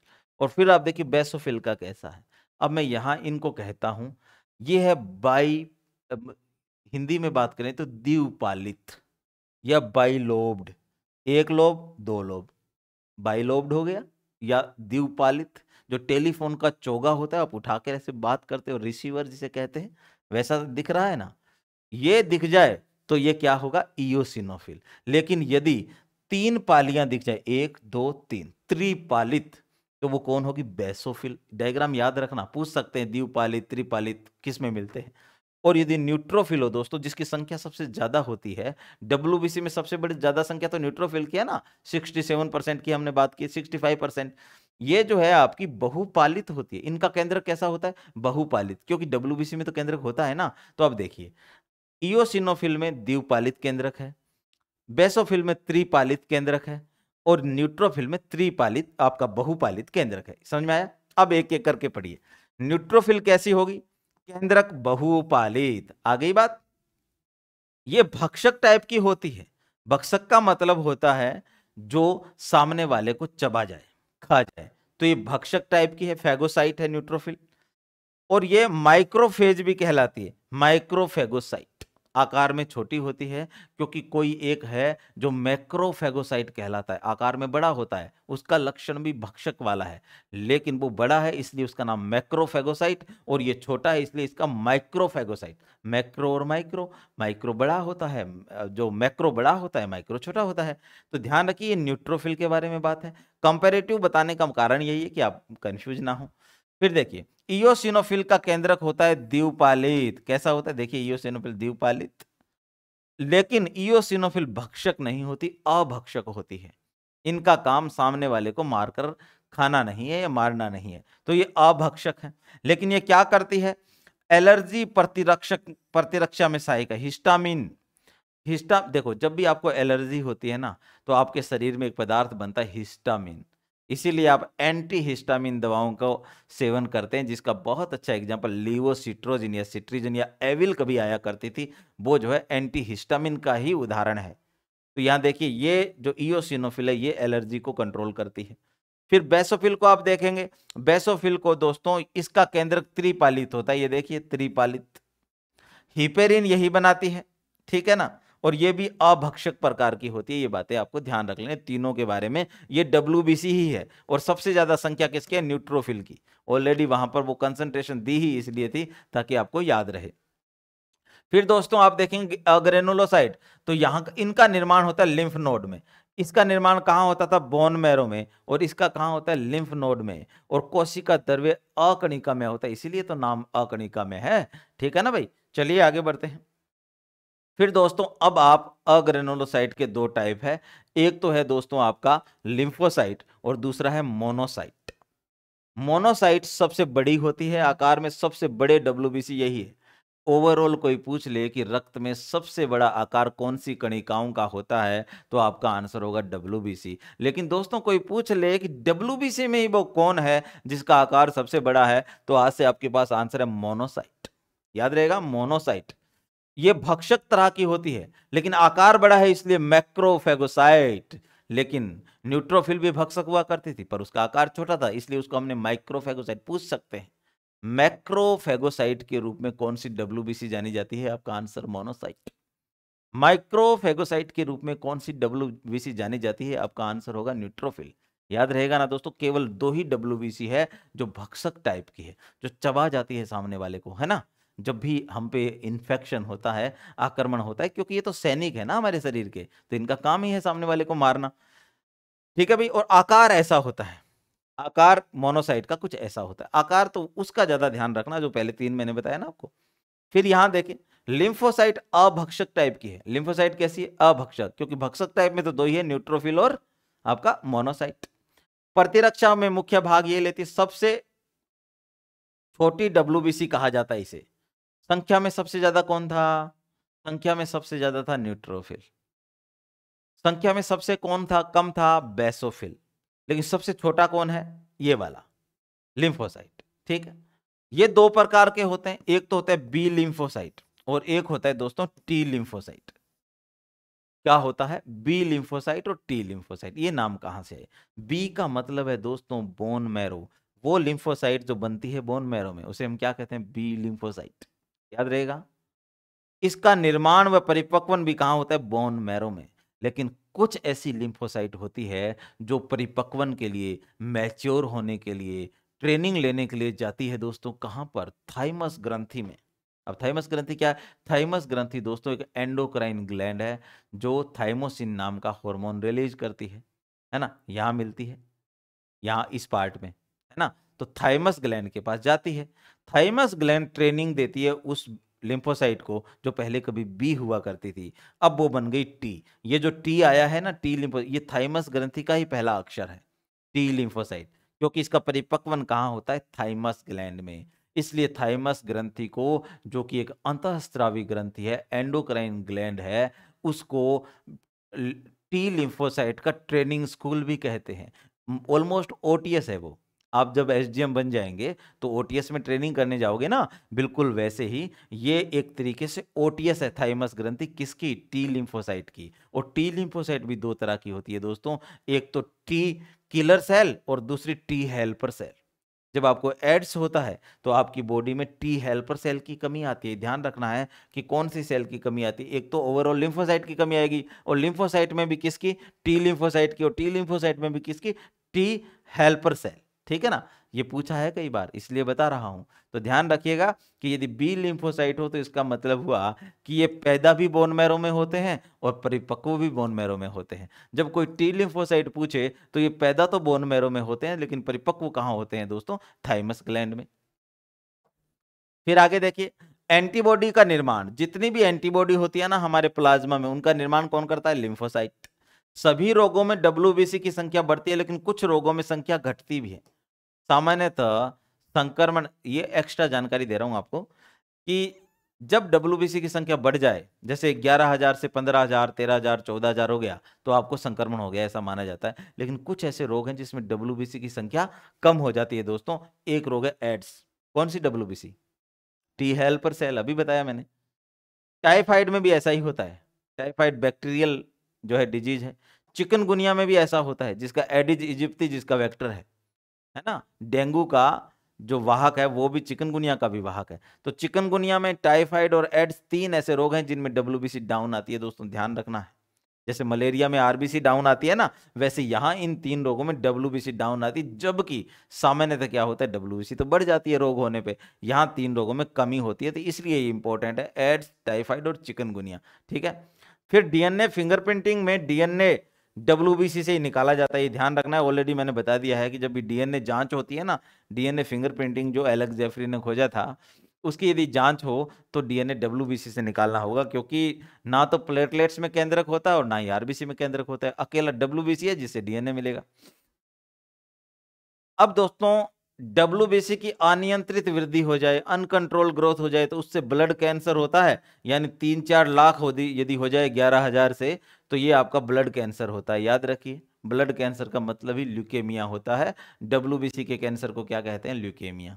इधर आइए, अब माइक्रोफेगोसाइट क्या होता है, मैक्रो क्या होता है, दोनों मैं बता चुका हूं। ये न्यूट्रोफिल को माइक्रो कहते हैं, मैक्रो को, मोनोसाइट को मैक्रो कहते हैं, ये ऑलरेडी हम बात कर चुके हैं। आगे देखें, अब बात करते हैं दोस्तों प्लेटलेट्स। प्लेटलेट्स की एक तो स्ट्रक्चर ऐसी होती है दोस्तों, केंद्र के इसमें भी नहीं होता है। अब प्लेटलेट्स का मुख्य काम ही रक्त का थक्का बनाना है। तो ये जो हेयर जैसी स्ट्रक्चर निकली रहती है ना, ये आपस में गुंथ जाती है, ऐसे जाल बना लेती है ना, इसलिए फिर वो क्लोट बन जाता है। अब देखिए, इसको थ्रोम्बोसाइट भी कहते हैं। क्यों कहते हैं, क्योंकि ये ब्लड का थक्का बनाते हैं। आकृति इसकी कैसी, गोल डिस्क अंडाकार ऐसी आकृति होती। संख्या सामान्यतः 1.5 लाख से 3.5 लाख, ये इंपॉर्टेंट है, याद रखना, क्योंकि डेंगू का प्रकोप चल रहा है और डेंगू में सबसे ज्यादा संख्या किसकी कम होती है, प्लेटलेट्स की। इसीलिए डेंगू जब बिगड़ जाता है ना, तो ब्लडिंग हो जाती है शरीर में, क्योंकि ब्लड क्लोट करने वाला कोई नहीं है ना। प्लेटलेट्स की संख्या कम हुई तो फिर क्या होगा, आपकी बॉडी में ब्लडिंग हो जाएगी और इंटरनल ऑर्गन डैमेज हो जाएगा और व्यक्ति मर जाता है। ठीक है। अब इसमें केंद्रक नहीं होता, रंगहीन होती है, क्योंकि रंग तो अकेला किसका है, आरबीसी का। फिर आप देखेंगे इसका जीवन काल तो 8 से 10 दिन होता है दोस्तों, ये भी आपको याद रखना है। ठीक है भाई, चलिए आगे बढ़े दोस्तों। अब आपको देखना है कि जो प्लेटलेट्स होते हैं इसका क्या फंक्शन है। तो पहला फंक्शन तो ब्लड क्लोटिंग है।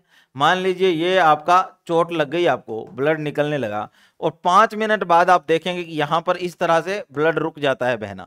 आपको चोट लगती है तो आप हाथ को ऐसे दबाए रहते हो, यदि 2 से 3 मिनट आप दबाए रहो ना लगातार, तो ब्लड रुक जाएगा। लेकिन हम क्या है, बड़े अधीर होते हैं, बार बार ऐसे देखते हैं रुका कि नहीं, रुका कि नहीं, तो फिर तो नहीं रुकेगा रे दोस्तों, फिर तो है ना टाइम लेगा ये, है ना। तो 5 मिनट आप दबा के रखिए, इमीडिएटली आप ब्लड क्लोटिंग को देखेंगे, ब्लड क्लोटिंग हो जाएगी। दूसरा, रक्त वाहिकाओं की मरम्मत करती है। प्लेटलेट्स क्या करती है, रक्त वाहिकाओं की मरम्मत करती है, और ये संक्रमण से बचाने में भी सहायता करती है। ठीक है भाई, ये ध्यान रखिएगा, ये प्लेटलेट्स हो गई। अब बात करेंगे दोस्तों हम ब्लड क्लोटिंग की। ब्लड क्लोटिंग में क्या होता है दोस्तों, ये एक नेचुरल और कॉम्प्लिकेटेड प्रोसेस है, प्राकृतिक और जटिल प्रक्रिया है। चोट लगने पर रक्त का स्वतः ही रुक जाना क्या कहलाता है, ब्लड क्लोटिंग, जिसे आप थ्रोम्बोसिस कहते हो, थ्रोम्बस यानी थ्रोम्बोसिस। अब ब्लड क्लोटिंग होने के लिए हमें क्या क्या चाहिए दोस्तों, ब्लड क्लोटिंग के लिए एक तो प्लेटलेट्स चाहिए, क्योंकि उसका काम ही है। दूसरा, प्रोथ्रोम्बिन प्रोटीन चाहिए, ऑलरेडी पहले बता चुका हूं। फाइब्रिनोजन प्रोटीन भी चाहिए, और साथ में दोस्तों एक विटामिन चाहिए, विटामिन के। ये क्वेश्चन कई बार पूछा गया है कि कौन सी विटामिन ब्लड क्लोटिंग या रक्त के थक्का निर्माण में भाग लेती है। तो आज से आपके पास आंसर है, विटामिन के, याद रहेगा। और कैल्शियम आयन की भी जरूरत रहती है दोस्तों। कैल्शियम एक जो है माइक्रो न्यूट्रिएंट है हमारी बॉडी के लिए, है ना। तो कैल्शियम हमें क्यों खाना चाहिए? हड्डियों के लिए खाना चाहिए, आपके दांतों के लिए खाना चाहिए, लेकिन यहाँ देखिए ब्लड क्लॉटिंग में भी ये हेल्प करता है, तो फंक्शन हुआ ना इसका। तो कैल्शियम की भी जरूरत रहेगी। ब्लड क्लॉटिंग के लिए प्लेटलेट्स की जरूरत है, प्रोथ्रोम्बिन प्रोटीन की जरूरत है, फाइब्रिनोजन प्रोटीन की जरूरत है, विटामिन के की जरूरत है, और आपको कैल्शियम आयन की जरूरत है। इसके अलावा रक्त स्कंदक कारकों की भी जरूरत रहती है। रक्त स्कंदक कारक जो होते हैं ना दोस्तों, 1 से लेकर 13 तक होते हैं। आपके रक्त में कुछ विशेष प्रकार के फैक्टर पाए जाते हैं, उनको रक्त स्कंदक कारक की संज्ञा दी जाती है 1 से लेकर 13 तक। यदि रक्त स्कंदक कारक 8 की कमी हो तो हीमोफीलिया ए हो जाता है। हीमोफीलिया में ही तो रक्त का थक्का नहीं बनता ना। और यदि रक्त जो स्कंदक कारक 9 की कमी हो जाती है तो हीमोफीलिया बी हो जाता है। और यदि 11 की कमी हो जाए तो हीमोफीलिया सी हो जाता है। हीमोफीलिया 3 तरह का होता है, ए बी सी, है ना। उसका कारण यही है। तो यहां पर आपको रक्त स्कंदक कारकों की भी जरूरत रहेगी। तो ये ब्लड क्लोटिंग की रिक्वायरमेंट है, इनके बिना ब्लड क्लोटिंग हो ही नहीं सकती। अब प्रोसेस कैसे चलेगी देखिए। सबसे पहले क्या होगा? सबसे पहले आपका क्षतिग्रस्त उत्तक जो होगा, यानी चोट लगी तो वहां के उत्तक जो है क्षतिग्रस्त हो जाएंगे। जब उत्तक क्षतिग्रस्त होंगे तो प्लेटलेट्स भी टूट जाएगी। जैसे ही प्लेटलेट्स टूटती है ना दोस्तों, तो प्लेटलेट्स के अंदर से एक पदार्थ निकलता है जिसका नाम है थ्रोम्बोप्लास्टिन। कैसे याद रखें? प्लेटलेट्स का काम है थ्रोम्बस, और नाम ही प्लेटलेट्स है तो प्लास्टिन, थ्रोम्बोप्लास्टिन। थ्रोम्बोप्लास्टिन नाम का एक पदार्थ रिलीज होता है, बड़ा काम का है ये क्या करता है? आपके रक्त में एक कुंभकर्ण बैठा हुआ है, सोया हुआ है, उसको जगाने का काम करता है, क्योंकि उसे काम पे लगना है। अब उसे कौन जगाएगा? थ्रोम्बोप्लास्टिन। तो यहाँ जो प्रोथ्रोम्बिन प्रोटीन है ना, जो आपके ब्लड प्लाज्मा में पाई जाती है, उसको जगाने के लिए थ्रोम्बिन में बदलना होगा, है ना। उसको जगाना है, और जगाकर क्या बनाना होगा? उसको एक्टिव पर्सन थ्रोम्बिन बनाना होगा। तो ये होगा कैसे? प्रोथ्रोम्बिन से थ्रोम्बिन तभी बन सकता है जब थ्रोम्बोप्लास्टिन हो, यहाँ कैल्शियम आयन हो, विटामिन के हो, और ट्रिप्टेज एंजाइम हो। इतनी चीजें मिलकर क्या करेगी? प्रोथ्रोम्बिन को थ्रोम्बिन में बदल देगी मित्रों। फिर देखिए, अब ये जैसे ही थ्रोम्बिन बनती है ना, तो अब थ्रोम्बिन आगे देखो क्या काम करेगी। थ्रोम्बिन करेगी फाइब्रिनोजन को फाइब्रिन में बदल देगी। फाइब्रिनोजन भी एक प्रोटीन है, लेकिन दोस्तों ये घुलती रहती है, घुलनशील है, सोल्यूबल है किसमें? ब्लड में। तो इसको बदलना होगा अघुलनशील में, इनसोल्यूबल में, क्योंकि जब वो अघुलनशील में बदलेगी तब जाके थक्का बनेगा ना। इसलिए ये जो थ्रोम्बिन बन के आया है ना, यहां से कुंभकर्ण जो जागा है, ये क्या काम करेगा दोस्तों? फाइब्रिनोजन को बदल देगा फाइब्रिन में, यानी सोल्यूबल प्रोटीन को इनसोल्यूबल में, और यहीं से थक्का बनने लगता है दोस्तों। क्योंकि ये जो फाइब्रिन प्रोटीन है ये रेशेदार होती है, तो रेशे बना लेगी ऐसे, ये देखो बने हुए रेशे ऐसे। अब आपका क्या होगा? फाइब्रिन जैसे ही रेशा बनाएगी, जाल बनाएगी, उसमें फिर आरबीसी, डब्ल्यूबीसी, प्लेटलेट, सारी चीजें फंसती रहेंगी। अब ब्लड बहना बंद हो गया और ब्लड क्लोटिंग होगी। देखो क्या क्या हुआ। सबसे पहले उत्तक टूटा, उससे निकला कौन? उत्तक में ही आपका कौन आ गया? ब्लड एक उत्तक है, तो उत्तक में सारी चीज टूटी, तो प्लेटलेट्स के टूटने से थ्रोम्बोप्लास्टिन बाहर निकला। थ्रोम्बोप्लास्टिन ने क्या किया? ब्लड प्लाज्मा की एक प्रोटीन प्रोथ्रोम्बिन को थ्रोम्बिन में बदल दिया, under the presence of vitamin के और कैल्शियम आयन और ट्रिप्टेज एंजाइम। ठीक है। उसके बाद आप देखेंगे कि अगले स्टेप में क्या होगा। अगले स्टेप में होगा दोस्तों, आपका जो ये थ्रोम्बिन बनकर आया है, ये फाइब्रिनोजन को बदल देता है फाइब्रिन में। फाइब्रिन एक अघुलनशील रेशेदार प्रोटीन है जो ब्लड को बहने से रोक देती है। बस इतनी सी तो बात है दोस्तों, बहुत आसान है याद करना। एक आध रिवीजन जो अच्छे से लगा लोगे तो चीजें याद हो जाएंगी। फिर चलिए आगे बढ़ें। अब दोस्तों अपन एक चीज और, यहां पर कुछ चीजें मैं आपको बताने जा रहा हूं। अभी हम ब्लड ग्रुप पढ़ने वाले हैं, उससे पहले ब्लड के बारे में सारी चीजें कवर कर लेते हैं। कि स्टडी ऑफ ब्लड को कहते हैं दोस्तों हीमेटोलॉजी, रुधिर विज्ञान।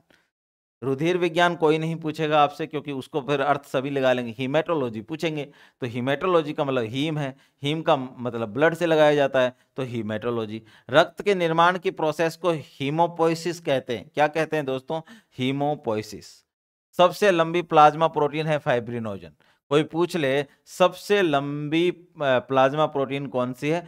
फाइब्रिनोजन। और पहले तो यही याद रखना कि प्लाज्मा में कौन कौन सी प्रोटीन पाई जाती है? Albumin, fibrinogen, globulins, prothrombin, protein C, ये याद रखना है ना आपको। फिर देखिए, मानव रक्त में ग्लूकोज का सामान्य स्तर, जब आप नॉर्मली व्यवहार करते हैं तो मानव रक्त में 80 से लेकर 100 मिलीग्राम पर 100 ml होता है ग्लूकोज का सामान्य स्तर। डायबिटीज होती है तो बहुत ज्यादा बढ़ जाता है। फिर कोलेस्ट्रॉल का लेवल होता है हमारी बॉडी में 150 से 260 मिलीग्राम पर 100 ml, और ऐसे यूरिया का जो सुरक्षित लेवल है दोस्तों 17 से 30 मिलीग्राम पर 100 ml होता है, ठीक है ना। और हीम और ग्लोबिन की जब बात आएगी ना दोस्तों, तो 5% पार्ट तो हीम होता है और 90% पार्ट ग्लोबिन होता है उसमें, ठीक है ना। कोई पूछ ले कि हीमोग्लोबिन में कितना परसेंट हीम होता है, तो 5% होता है, और जो प्रोटीन है वो 95% होती है, जो शरीर के अंदर ही बनती है, और बनती कहाँ है, लीवर में, ठीक है। चलिए आगे बढ़ते हैं। अब दोस्तों एक फिनोमिना है डोन्स घटना, जिसे कहते हैं डोन्स।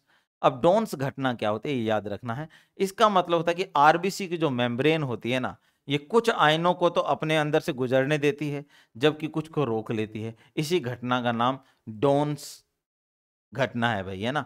और आरबीसी की मेम्ब्रेन का नाम ही डोन्स मेम्ब्रेन है, क्योंकि डोन्स साइंटिस्ट का नाम था, उन्होंने खोजा तो डोन्स मेम्ब्रेन। और ये कुछ आयनों को तो खुद के अंदर से गुजरने देती है और कुछ को रोक लेती है। इसी घटना को डाउन्स फिनोमिना कहते हैं। तो ध्यान रखना है, जैसे क्लोरीन हो गया, आपका ये हो गया, इनको तो ये पारगम्य होती है। सोडियम और पोटेशियम जो होते हैं इनके लिए अपारगम्य होती है। तो ये डोन्स घटना है। सिर्फ ध्यान रखना है कि डोन्स फिनोमिना किससे संबंधित है, तो आपका आंसर आरबीसी है, बस ये ध्यान रखना है, ठीक है। चलिए आगे बढ़ते हैं। आरबीसी का निर्माण इरिथ्रोपोइसिस कहलाता है दोस्तों। आरबीसी बनाने वाले अंग इरिथ्रोपोइटिक कहलाते हैं। आरबीसी का कब्रिस्तान जो है स्प्लिन कहलाती है।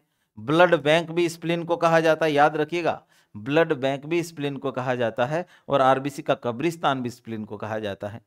फिर आप पुलिसमैन ऑफ जो है हमारी बॉडी के पुलिसमैन माइक्रो और मैक्रो दो होते हैं। तो माइक्रो का मतलब तो न्यूट्रोफिल है, न्यूट्रोफिल, और मैक्रो का मतलब है दोस्तों मोनोसाइट, है ना। मोनोसाइट किस तरह की डब्ल्यूबीसी है, अकणिका में, और न्यूट्रोफिल है कणिका में। याद रख लोगे, ये सारी बातें आपको याद रखनी है, ठीक है ना भाई। चलिए आगे बढ़ते हैं। प्लेटलेट्स की संख्या डाउन आ जाए तो इसको बोलते हैं दोस्तों थ्रोम्बोसाइटोपिनिया, और ज्यादा बढ़ जाए तो थ्रोम्बोसाइटोसिस। यदि प्लेटलेट्स की संख्या जैसे 1.5 लाख से, प्लेटलेट्स की संख्या कितनी होनी चाहिए, 1.5 लाख से 3.5 लाख के बीच, ये सुरक्षित लेवल है। अब डेंगू में तो 20,000 तक आ जाती है दोस्तों, वो बहुत खतरनाक लेवल होते हैं प्लेटलेट्स के, ठीक है ना। डॉक्टर 1 लाख से नीचे आते ही चिंतित होने लगते हैं, ठीक है भाई। तो प्लेटलेट्स की संख्या का कम होना क्या कहलाता है, थ्रोम्बोसाइटोपिनिया, है ना। और आप ऐसे याद रख लो, पेन होने लगा, चीजें कम हुई, हमारा धन कम हुआ तो दर्द हुआ हमको, है ना, ऐसे याद रख लो कि थ्रोम्बोसाइटोपिनिया, ठीक है भाई। चलिए आगे बढ़ते हैं। अब बात करेंगे दोस्तों हम ब्लड ग्रुप की। अब किसकी बात करेंगे, अब हम बात करेंगे ब्लड ग्रुप की। आप तक आपने सुना होगा 4 ब्लड ग्रुप के बारे में, ए बी और ओ। ऐसा क्यों हुआ, ये दोस्तों एंटीजन के आधार पे होता है। किसके आधार पे होता है, एंटीजन के आधार पर, ये ध्यान रखना है आपको, एंटीजन के आधार पर। और एंटीजन कहां पाया जाता है, अभी बताया था मैंने शुरुआत में क्लास में, तो ये आरबीसी पर पाए जाते हैं। किस पे पाए जाते हैं, आरबीसी पर। यदि किसी आरबीसी पर ए एंटीजन है तो उसको ए ब्लड ग्रुप कह देते हैं। किसी पर एंटीजन मान लो बी एंटीजन है तो उसको आप कह देते हो बी ब्लड ग्रुप। और किसी पर ए भी है और बी भी है तो उसको ए बी ब्लड ग्रुप कह देते हो। और जिस पे कोई भी एंटीजन नहीं मिलता उसको ओ कह देते हो आप। ये तरीका है। तो ए बी और ओ। दोस्तों यहाँ 2 वैज्ञानिकों का आपको नाम रखना है कि ये जो A B O blood grouping है ना, इसमें ए बी और ओ ब्लड ग्रुप के खोजकर्ता का नाम था कार्ल लैंडस्टीनर 1901। ये बार बार सबसे ज्यादा पूछे जाने वाला क्वेश्चन है ये ब्लड ग्रुपिंग में, याद रखना है। इस खोज के लिए उनको 1930 का नोबेल पुरस्कार तक मिला है कार्ल लैंडस्टीनर को। और फिर ए बी ब्लड ग्रुप जो है ना, वो स्टर्ली एंड डी कैस्टलो ने खोजा है। किसने खोजा है, स्टर्ली एंड डी कैस्टलो, याद रह जाएगा आपको। मूल रूप से ब्लड ग्रुप के 4 भाग हैं, ए बी और ओ। ए एंटीजन है तो ए ब्लड ग्रुप हो गया, बी है तो बी एंटीजन पाया जाएगा तो उसे बी कह देंगे, दोनों होंगे तो ए बी, और दोनों ही नहीं होंगे तो ओ। याद रखना है, ए बी ब्लड ग्रुप खोजने वाले लोगों का नाम था स्टर्ली व डी कैस्टलो, और जो ए बी और ओ के खोज करता है वो कार्ल लैंडस्टीनर है, ठीक है ना। लेकिन वर्गीकरण लैंडस्टीनर ने ही दिया, क्योंकि इन्होंने जब इस ब्लड ग्रुप की खोज कर दी तो इन्होंने 4 ब्लड ग्रुपों को जो है विभाजित कर दिया था। अब दोस्तों हमारा जो रक्त होता है ना, उसमें 2 विशिष्ट पदार्थ पाए जाते हैं। एक का नाम है एंटीजन और दूसरे का नाम है एंटीबॉडी। एंटीजन तो होता है दोस्तों आरबीसी की सरफेस पे पाया जाता है, मैं ऑलरेडी बता चुका हूं। और एंटीबॉडी है ये रक्त प्लाज्मा में मिलते हैं, ये बात भी हम कर चुके हैं। एंटीबॉडी बनते हैं ग्लोबुलिन से, और ग्लोबुलिन दोस्तों प्योर प्रोटीन है। क्या है? Pure protein. लेकिन ये बनते हैं ग्लाइकोप्रोटीन से, तो यहां पर कुछ मात्रा फैट और कार्बोहाइड्रेट की भी होती है, तो ये प्योर नहीं है। बनते तो ये भी प्रोटीन से ही है, लेकिन प्योर प्रोटीन से नहीं बनते हैं, ये ध्यान रखना है। तो कभी ये पूछ ले कि एंटीजन एंटीबॉडी में कौन सा पदार्थ प्योर प्रोटीन से बनता है, तो आपका आंसर क्या होगा मित्रों? आपका आंसर होगा एंटीबॉडी, ठीक है ना। अब ये जो एंटीजन है ये भी दो प्रकार के हैं, और एंटीबॉडी भी दो प्रकार के हैं। यहां देखिए, जो एंटीजन होते हैं वो एंटीजन ए और एंटीजन बी के रूप में कैटेगराइज किए जाते हैं, और यहां स्मॉल उसमें लिखना है एंटी ए और एंटी बी, ठीक है। अब एक और चीज, एंटीजन को अग्लूटिनोजन भी कहते हैं। याद कैसे रखें? एंटीजन, तो इसका जन और इसका जन मिला देना तो पकड़ में आ जाएगा ना, अग्लूटिनोजन, और इधर एंटीजन। और सिमिलरली एंटीबॉडी को कहते हैं दोस्तों अग्लूटिनिन्स। क्या कहते हैं? अग्लूटिनिन्स। ये पूछा है, इसलिए मैं बता रहा हूं कि एंटीबॉडी और किस नाम से जाने जाते हैं? अग्लूटिनिन। और एंटीजन और किस नाम से जाने जाते हैं?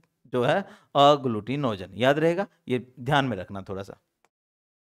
अब दोस्तों ये चार प्रकार के जो ब्लड ग्रुप है उसमें किसमें कौन सा एंटीजन और एंटीबॉडी पाया जाता है, ये आपको ध्यान रखना है। देखिए, ए ब्लड ग्रुप में एंटीजन ए होगा, और एंटीबॉडी विपरीत होता है, एंटी वी होगा। याद रखना है, एंटीबॉडी हमेशा ही विपरीत होगा। सेम आ गया ना तो फिर ब्लड जम जाएगा और व्यक्ति मर जाएगा। बी में एंटीजन तो बी होता है, जबकि एंटीबॉडी होता है ए। मैंने कहा ना विपरीत होगा। ए बी में ए एंटीजन भी होगा, बी भी होगा, लेकिन एंटीबॉडी कोई होगा ही नहीं, एंटीबॉडी कोई होगा ही नहीं।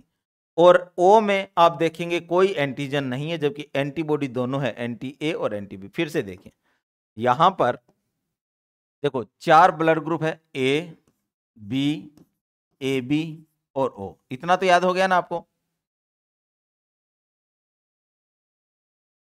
आप देखेंगे कि इसमें कौन सा एंटीजन पाया जाता है और कौन सा एंटीबॉडी पाया जाता है, ये हमें देखना। आप इस टेबल को याद कर लेना, कभी भी आपसे क्वेश्चन गलत नहीं होगा मित्रों।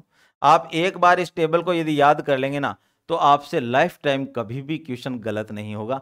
चार ब्लड ग्रुप है, सेम ये बात लिख दो, एंटीजन ए है, एंटीजन बी है, एंटीजन ए और बी है।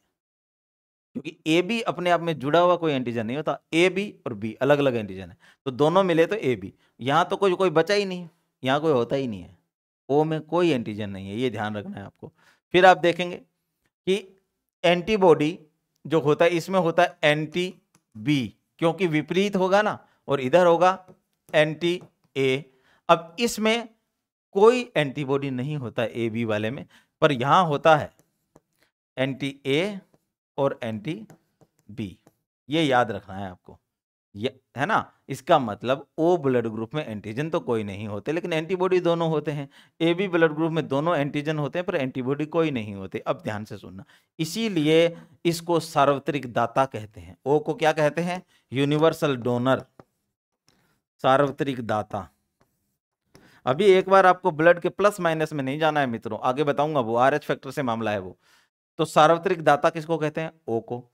ए बी को कहते हैं सार्वत्रिक ग्राही, सार्वत्रिक ग्राही, क्योंकि ए बी में कोई एंटीबॉडी होता ही नहीं है, इसलिए वो किसी भी ब्लड ग्रुप को ग्रहण कर सकता है। किसी व्यक्ति का ब्लड ग्रुप ए बी हो तो उसको किसी भी व्यक्ति का ब्लड ग्रुप ए का भी दे दीजिए, बी का भी दे दीजिए, आप ओ का भी दे दीजिए, और ए बी वाला जो है ए बी का तो ले ही सकता है। और जो ओ है वो यूनिवर्सल डोनर है, सार्वत्रिक दाता है, क्योंकि उसमें कोई भी एंटीजन नहीं मिलता है दोस्तों।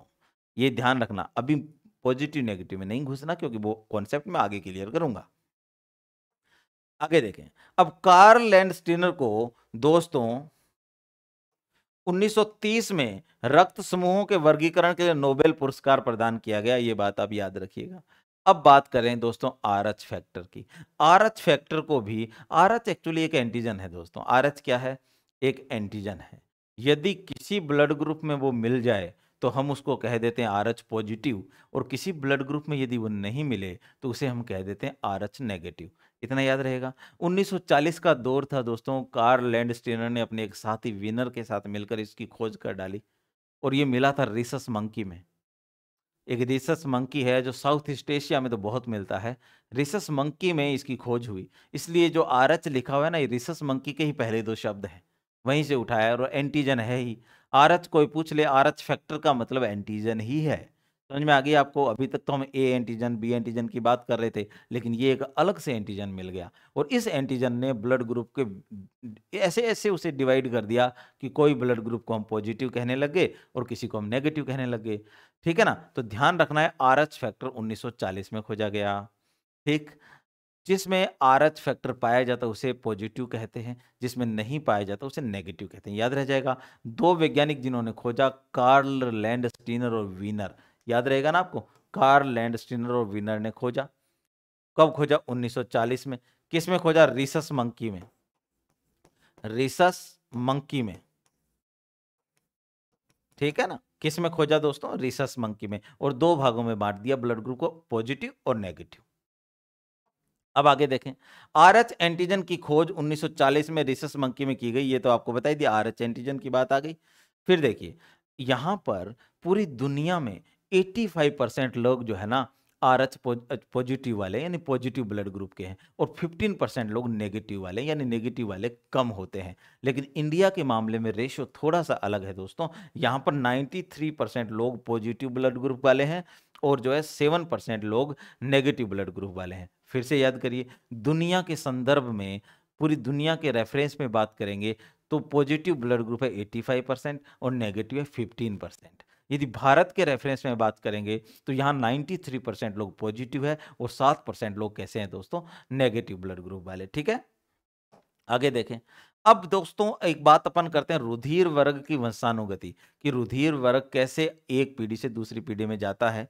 तो यहां मैं एक चीज आपको समझाना चाहता हूं, कि जो आपको पता है कि रुधिर ए बी और ओ, चार ही ब्लड ग्रुप हम मानते हैं।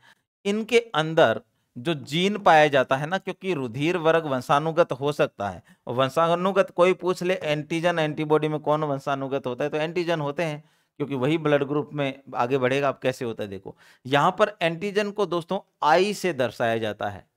किससे दर्शाया जाता है? आई से। और आई का मतलब होता है आइसोग्लूटिनिन। क्या मतलब होता है? आइसो हीमोग्लूटिनिन। एक्चुअली पूरा नाम क्या है? आइसो हीमोग्लूटिनिन। आई का मतलब क्या है? आइसो हीमोग्लूटिनिन। ये जो आइसो हीमोग्लूटिनिन है, ये वंशानुगत कारक है, यानी ए का।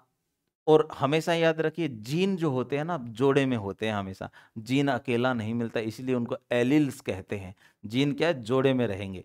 तो यहाँ दो हो गए, मान लो आई। ठीक, यदि वो ए ब्लड ग्रुप वाला है तो यहाँ ए लिख दिया जाता है। ठीक, और या उसको तरीका यह है कि AI0, इन दोनों तरीकों से लिखा जाता है। यदि कोई बी है तो उसको IB या I0 लिखा जाता है। ठीक है, और यदि कोई AB है तो उसको IB लिखा जाएगा, और O है तो IO ये लिखा जाएगा दोस्तों। इस तरह से दर्शाते हैं, ये वंशानुगति है। अब यहां पर मैं आपको एक एग्जांपल देता हूं। मान लीजिए किसी माता का ब्लड ग्रुप ए है मान लो, और पिता का ब्लड ग्रुप है बी। ठीक, तो इससे कैसे बच्चे पैदा होंगे वो देखना। अभी ए को मैं क्या लिख सकता हूं? I0। यहां पर ए दोनों बार नहीं लिखना, I0, और यहां I0। अब देखो इनका संयोग कराते हैं तो आप देखेंगे कैसे कैसे बच्चे पैदा होते हैं। देखना, पहले इनके बीच संयोग होगा तो आप देखेंगे कि IB बनेगा। फिर इसके बीच करेंगे तो I0 बनेगा। इसके बीच करेंगे तो I0 बनेगा। फिर इसका इसके साथ कराएंगे तो I0 बनेगा। इसका मतलब क्या हुआ दोस्तों? आप पीछे ब्लड ग्रुप देखते रहना, ये देखना, इसके आधार पर यहाँ नंबर देना। IA किस में पाया जा रहा था? AB ब्लड ग्रुप में। समझ में आ गया? A0 किस में पाया जा रहा था? A में। OB किस में पाया जा रहा था? B में। और 00 किस में पाया जा रहा था? O में। इसका मतलब ए ब्लड ग्रुप, यहाँ चाहे पिता हो माता इधर हो जाए कोई फर्क नहीं पड़ता है, यानी ए और बी ब्लड ग्रुप ऐसे ब्लड ग्रुप हैं, यदि इनमें आपस में शादी होती है ना, तो चारों तरह के बच्चे पैदा होने की संभावना रहती है। 25% बच्चे ए बी वाले होंगे, 25% बच्चे ए वाले होंगे, 25% बच्चे बी वाले होंगे, 25% बच्चे ओ वाले होंगे। ये रटने की जरूरत है क्या, आप बताओ? नहीं है यार, रटने की जरूरत बिल्कुल नहीं, सिर्फ आपको वंशानुगति ध्यान में रखनी है। आप खुद कोई भी एग्जाम्पल दे दीजिए, खुद कर लीजिए, कंफ्यूजन हो तो वापस यहाँ मैसेज कराइए, मैं आपको समझा दूंगा। अब मान लीजिए एक एग्जाम्पल और ले लेते हैं। मान लो ए बी ब्लड ग्रुप वाले पिता की शादी होती है ओ ब्लड ग्रुप वाली माता से, ठीक है। ये कौन है, पिता, ये कौन है, माता। इनकी आपस में शादी हुई मान लीजिए, तो कैसे होगी चीजें देखो। ए बी को, इसको हम ऐसे लिखते हैं आई ए आई बी, ये लिखते हो ना, और इसको लिखते हो आई जीरो, ये लिखते हो। अब इनका संयोग कराइए, देखते हैं कैसे बच्चे पैदा होंगे। I A I zero, I A I zero, I B I zero, I B I zero. अब देखिए आप, यदि आप टेबल देख के बात करेंगे तो यहां पर ए ब्लड ग्रुप है, यहां पर भी ए है, यहाँ बी है, यहाँ बी है, यानी 50% बच्चे बी वाले और 50% बच्चे ए वाले, और जबकि माँ का ब्लड ग्रुप ओ था। आप यदि उसके आधार पर चलोगे तो हमेशा गलत करके आओगे दोस्तों, लेकिन यदि आप ऐसे कर लोगे तो आपको आंसर ऐसे मिल जाएगा। हमेशा यही करना है, दोनों का ब्लड ग्रुप कौन सा है वो देख लीजिए बस, ठीक है। सवाल आता है यूनिवर्सल डोनर वाला और यूनिवर्सल जो आपका रेसिपिएंट वाला, सार्वत्रिक दाता और सार्वत्रिक ग्राही, तो उसका एग्जाम्पल आपके पास ऑलरेडी है। फिर नेगेटिव पॉजिटिव में बात आए तो ओ नेगेटिव जो होता है ना वो सार्वत्रिक दाता होता है, क्योंकि उसमें तो आर एच एंटीजन भी नहीं है, ठीक है ना। और आर जो ए बी पॉजिटिव है वो यूनिवर्सल रेसिपिएंट होता ही है, ये भी ध्यान रखना। चलिए आगे बढ़ते हैं, ये समझ में आ गया क्या सभी को? यहाँ कुछ एग्जाम्पल करके दिखाए गए हैं। आप जैसे ए बी और ओ में देखिए, ये बता रखा है यहाँ, है ना, 50% बच्चे ये मैंने आपको वैसे भी करके दिखा दिया है। फिर ऐसे यहाँ ए बी वाला भी दिखाया गया है, वही बात है। फिर आप देखिए ए बी का भी दिखाया गया है, ए बी में देखिए 25% बच्चे ए वाले, 25% वाले बी वाले, और 50% बच्चे ए बी वाले, ओ का कोई पैदा ही नहीं होगा। ऐसे ध्यान रखना है मित्रों, है ना, ठीक है। ऐसे ही यदि ओ ब्लड ग्रुप वाला पिता है और माता ए है, तो देखिए ए वाले बच्चे पैदा होंगे 50% और 50% बच्चे ओ वाले। करके देख लेना, आप अपने मम्मी पापा का ब्लड ग्रुप पूछें और निकाल कर देख लेना, और भाइयों में पूछ लेना ब्लड ग्रुप क्या है, 100% पता चल जाएगा आपको, कुछ गलती होगी नहीं, ठीक है। इसी तरह से चीजों को देखना है। अब दोस्तों देखते हैं कि किस तरह का माता पिता से कौन कौन से बच्चे पैदा हो सकते हैं और कौन सा बिल्कुल पैदा नहीं होगा। ये टेबल उसी तरीके से बनी है जो अभी मैंने आपको क्रॉस करके दिखाया है ना, उसी से। मान लीजिए ओ दोनों का ही ब्लड ग्रुप ओ हो, माता और पिता दोनों का ही ब्लड ग्रुप ओ हो, तो सिर्फ ओ ब्लड ग्रुप वाले बच्चे पैदा होंगे, और कौन से पैदा नहीं हो सकते, ए बी और ए बी। करके देख लेना, भले ओ को मिला के देखना क्या आता है, आप खुद देखिए। फिर आप देखेंगे ओ और ए, यहां पर ए पैदा होगा, बी ओ पैदा होगा, जबकि बी और ए बी कभी पैदा नहीं हो सकते। यदि ओ और बी में संयोग होता है तो बी पैदा होगा, ओ पैदा होगा, ए और ए बी कभी पैदा नहीं होंगे, ठीक है। सिमिलरली यदि आप ए और बी का करेंगे तो चारों ही बनेंगे, किसी के भी ना बनने की कोई संभावना नहीं है दोस्तों, सारे बन जाएंगे। मैंने करके ये तो करके भी दिखाया ना आपको, ऐसे ही बनाना है। फिर आप देखें ए बी का यदि ए से संयोग कराएंगे तो ए बनेगा, बी बनेगा, ए बी बनेगा, ओ कभी नहीं बनेगा। ए बी का यदि बी से करोगे तो ए बनेगा, बी बनेगा, ए बी बनेगा, ओ कभी नहीं बनेगा। यही चेक करना है, और चेक करने का तरीका बता दिया है आपको, एक बार फॉर्मूला सिखाओ तो फिर तो सीखना चाहिए ना आपको। फिर देखिए ए बी से ए बी का संयोग करेंगे तो ए बनेगा, बी बनेगा, ए बी बनेगा, ओ कभी नहीं बनेगा मित्रों, ठीक है भाई। इसी तरीके से दोस्तों हमें एक और चीज सीखनी है कि कौन से ब्लड ग्रुप से कौन कौन किस व्यक्ति से कौन ब्लड ग्रुप ले सकता है और किसको आप दे सकते हैं, ये ध्यान रखना है। जैसे यहां पर मैंने सारा A B O blood group लिखे हुए हैं, ये किस से ब्लड ले सकते हैं। ए वाला ए से तो ले ही सकता है, बी से भी ले सकता है, ए बी वाला ए बी से ले सकता है, ओ वाला ओ से ले सकता है, ये तो आएंगे देखिए, ठीक है ना, ए बी ओ, ये तो आ ही गया। और फिर ओ तो यूनिवर्सल डोनर है ना, किसी को भी दिया जा सकता है, तो वो भी सब जगह लिख दिया देखो, ऐसा टेबल याद रख लो, कभी गलती होगी नहीं, सोचना ही नहीं पड़ेगा, टेबल दिमाग में रखो, वहां से उत्तर निकाल के रख दो।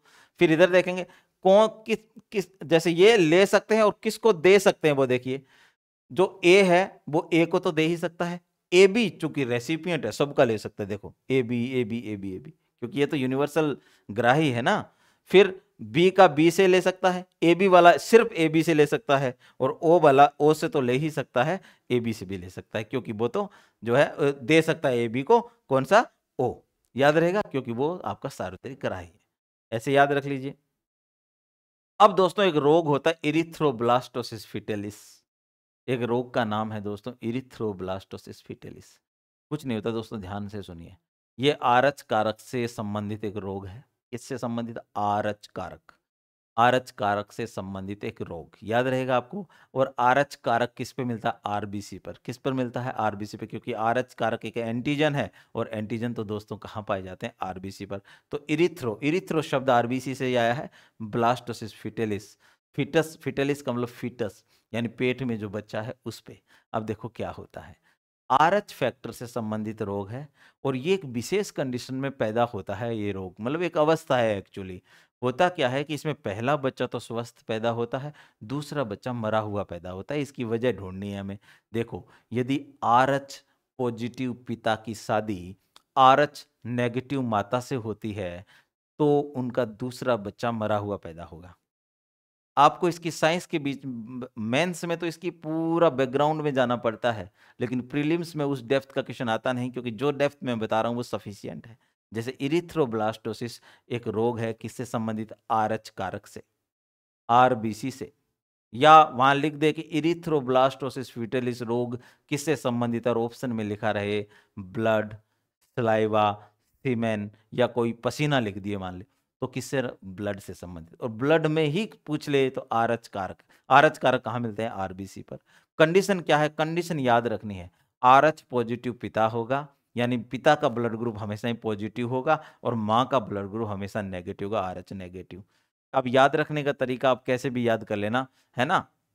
आरएच नेगेटिव होगी माँ, और पिता कैसा होगा, आरएच पॉजिटिव। उनके संयोग से पहली संतान तो सही पैदा हो जाती है, दूसरी संतान जो है मरी हुई पैदा होती है। इसी रोग का नाम इरिथ्रोब्लास्टोसिस फिटेलिस है, ठीक है ना भाई। तो देखिए आरएच कारक से संबंधित एक रोग है, रक्त आरएच कारक, नवजात शिशुओं में होता है। शर्त क्या है, आरएच नेगेटिव माता है, आरएच पॉजिटिव पिता है, ये शर्त याद रखना बस। पिता हमेशा पॉजिटिव बात करते हैं, बेटा तू कर लेगा, ठीक है ना। ऐसी बात कैसे याद रख लेना यार, मैं क्या बताऊं, ठीक।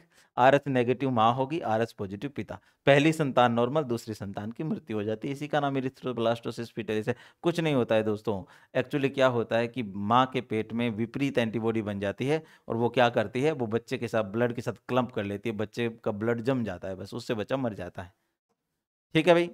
अब यहां पर एक चीज देखिए, आरएच पॉजिटिव पिता है, माता भी आरएच पॉजिटिव है, तो सारे बच्चे आरएच पॉजिटिव वाले होंगे, नॉर्मल होंगे।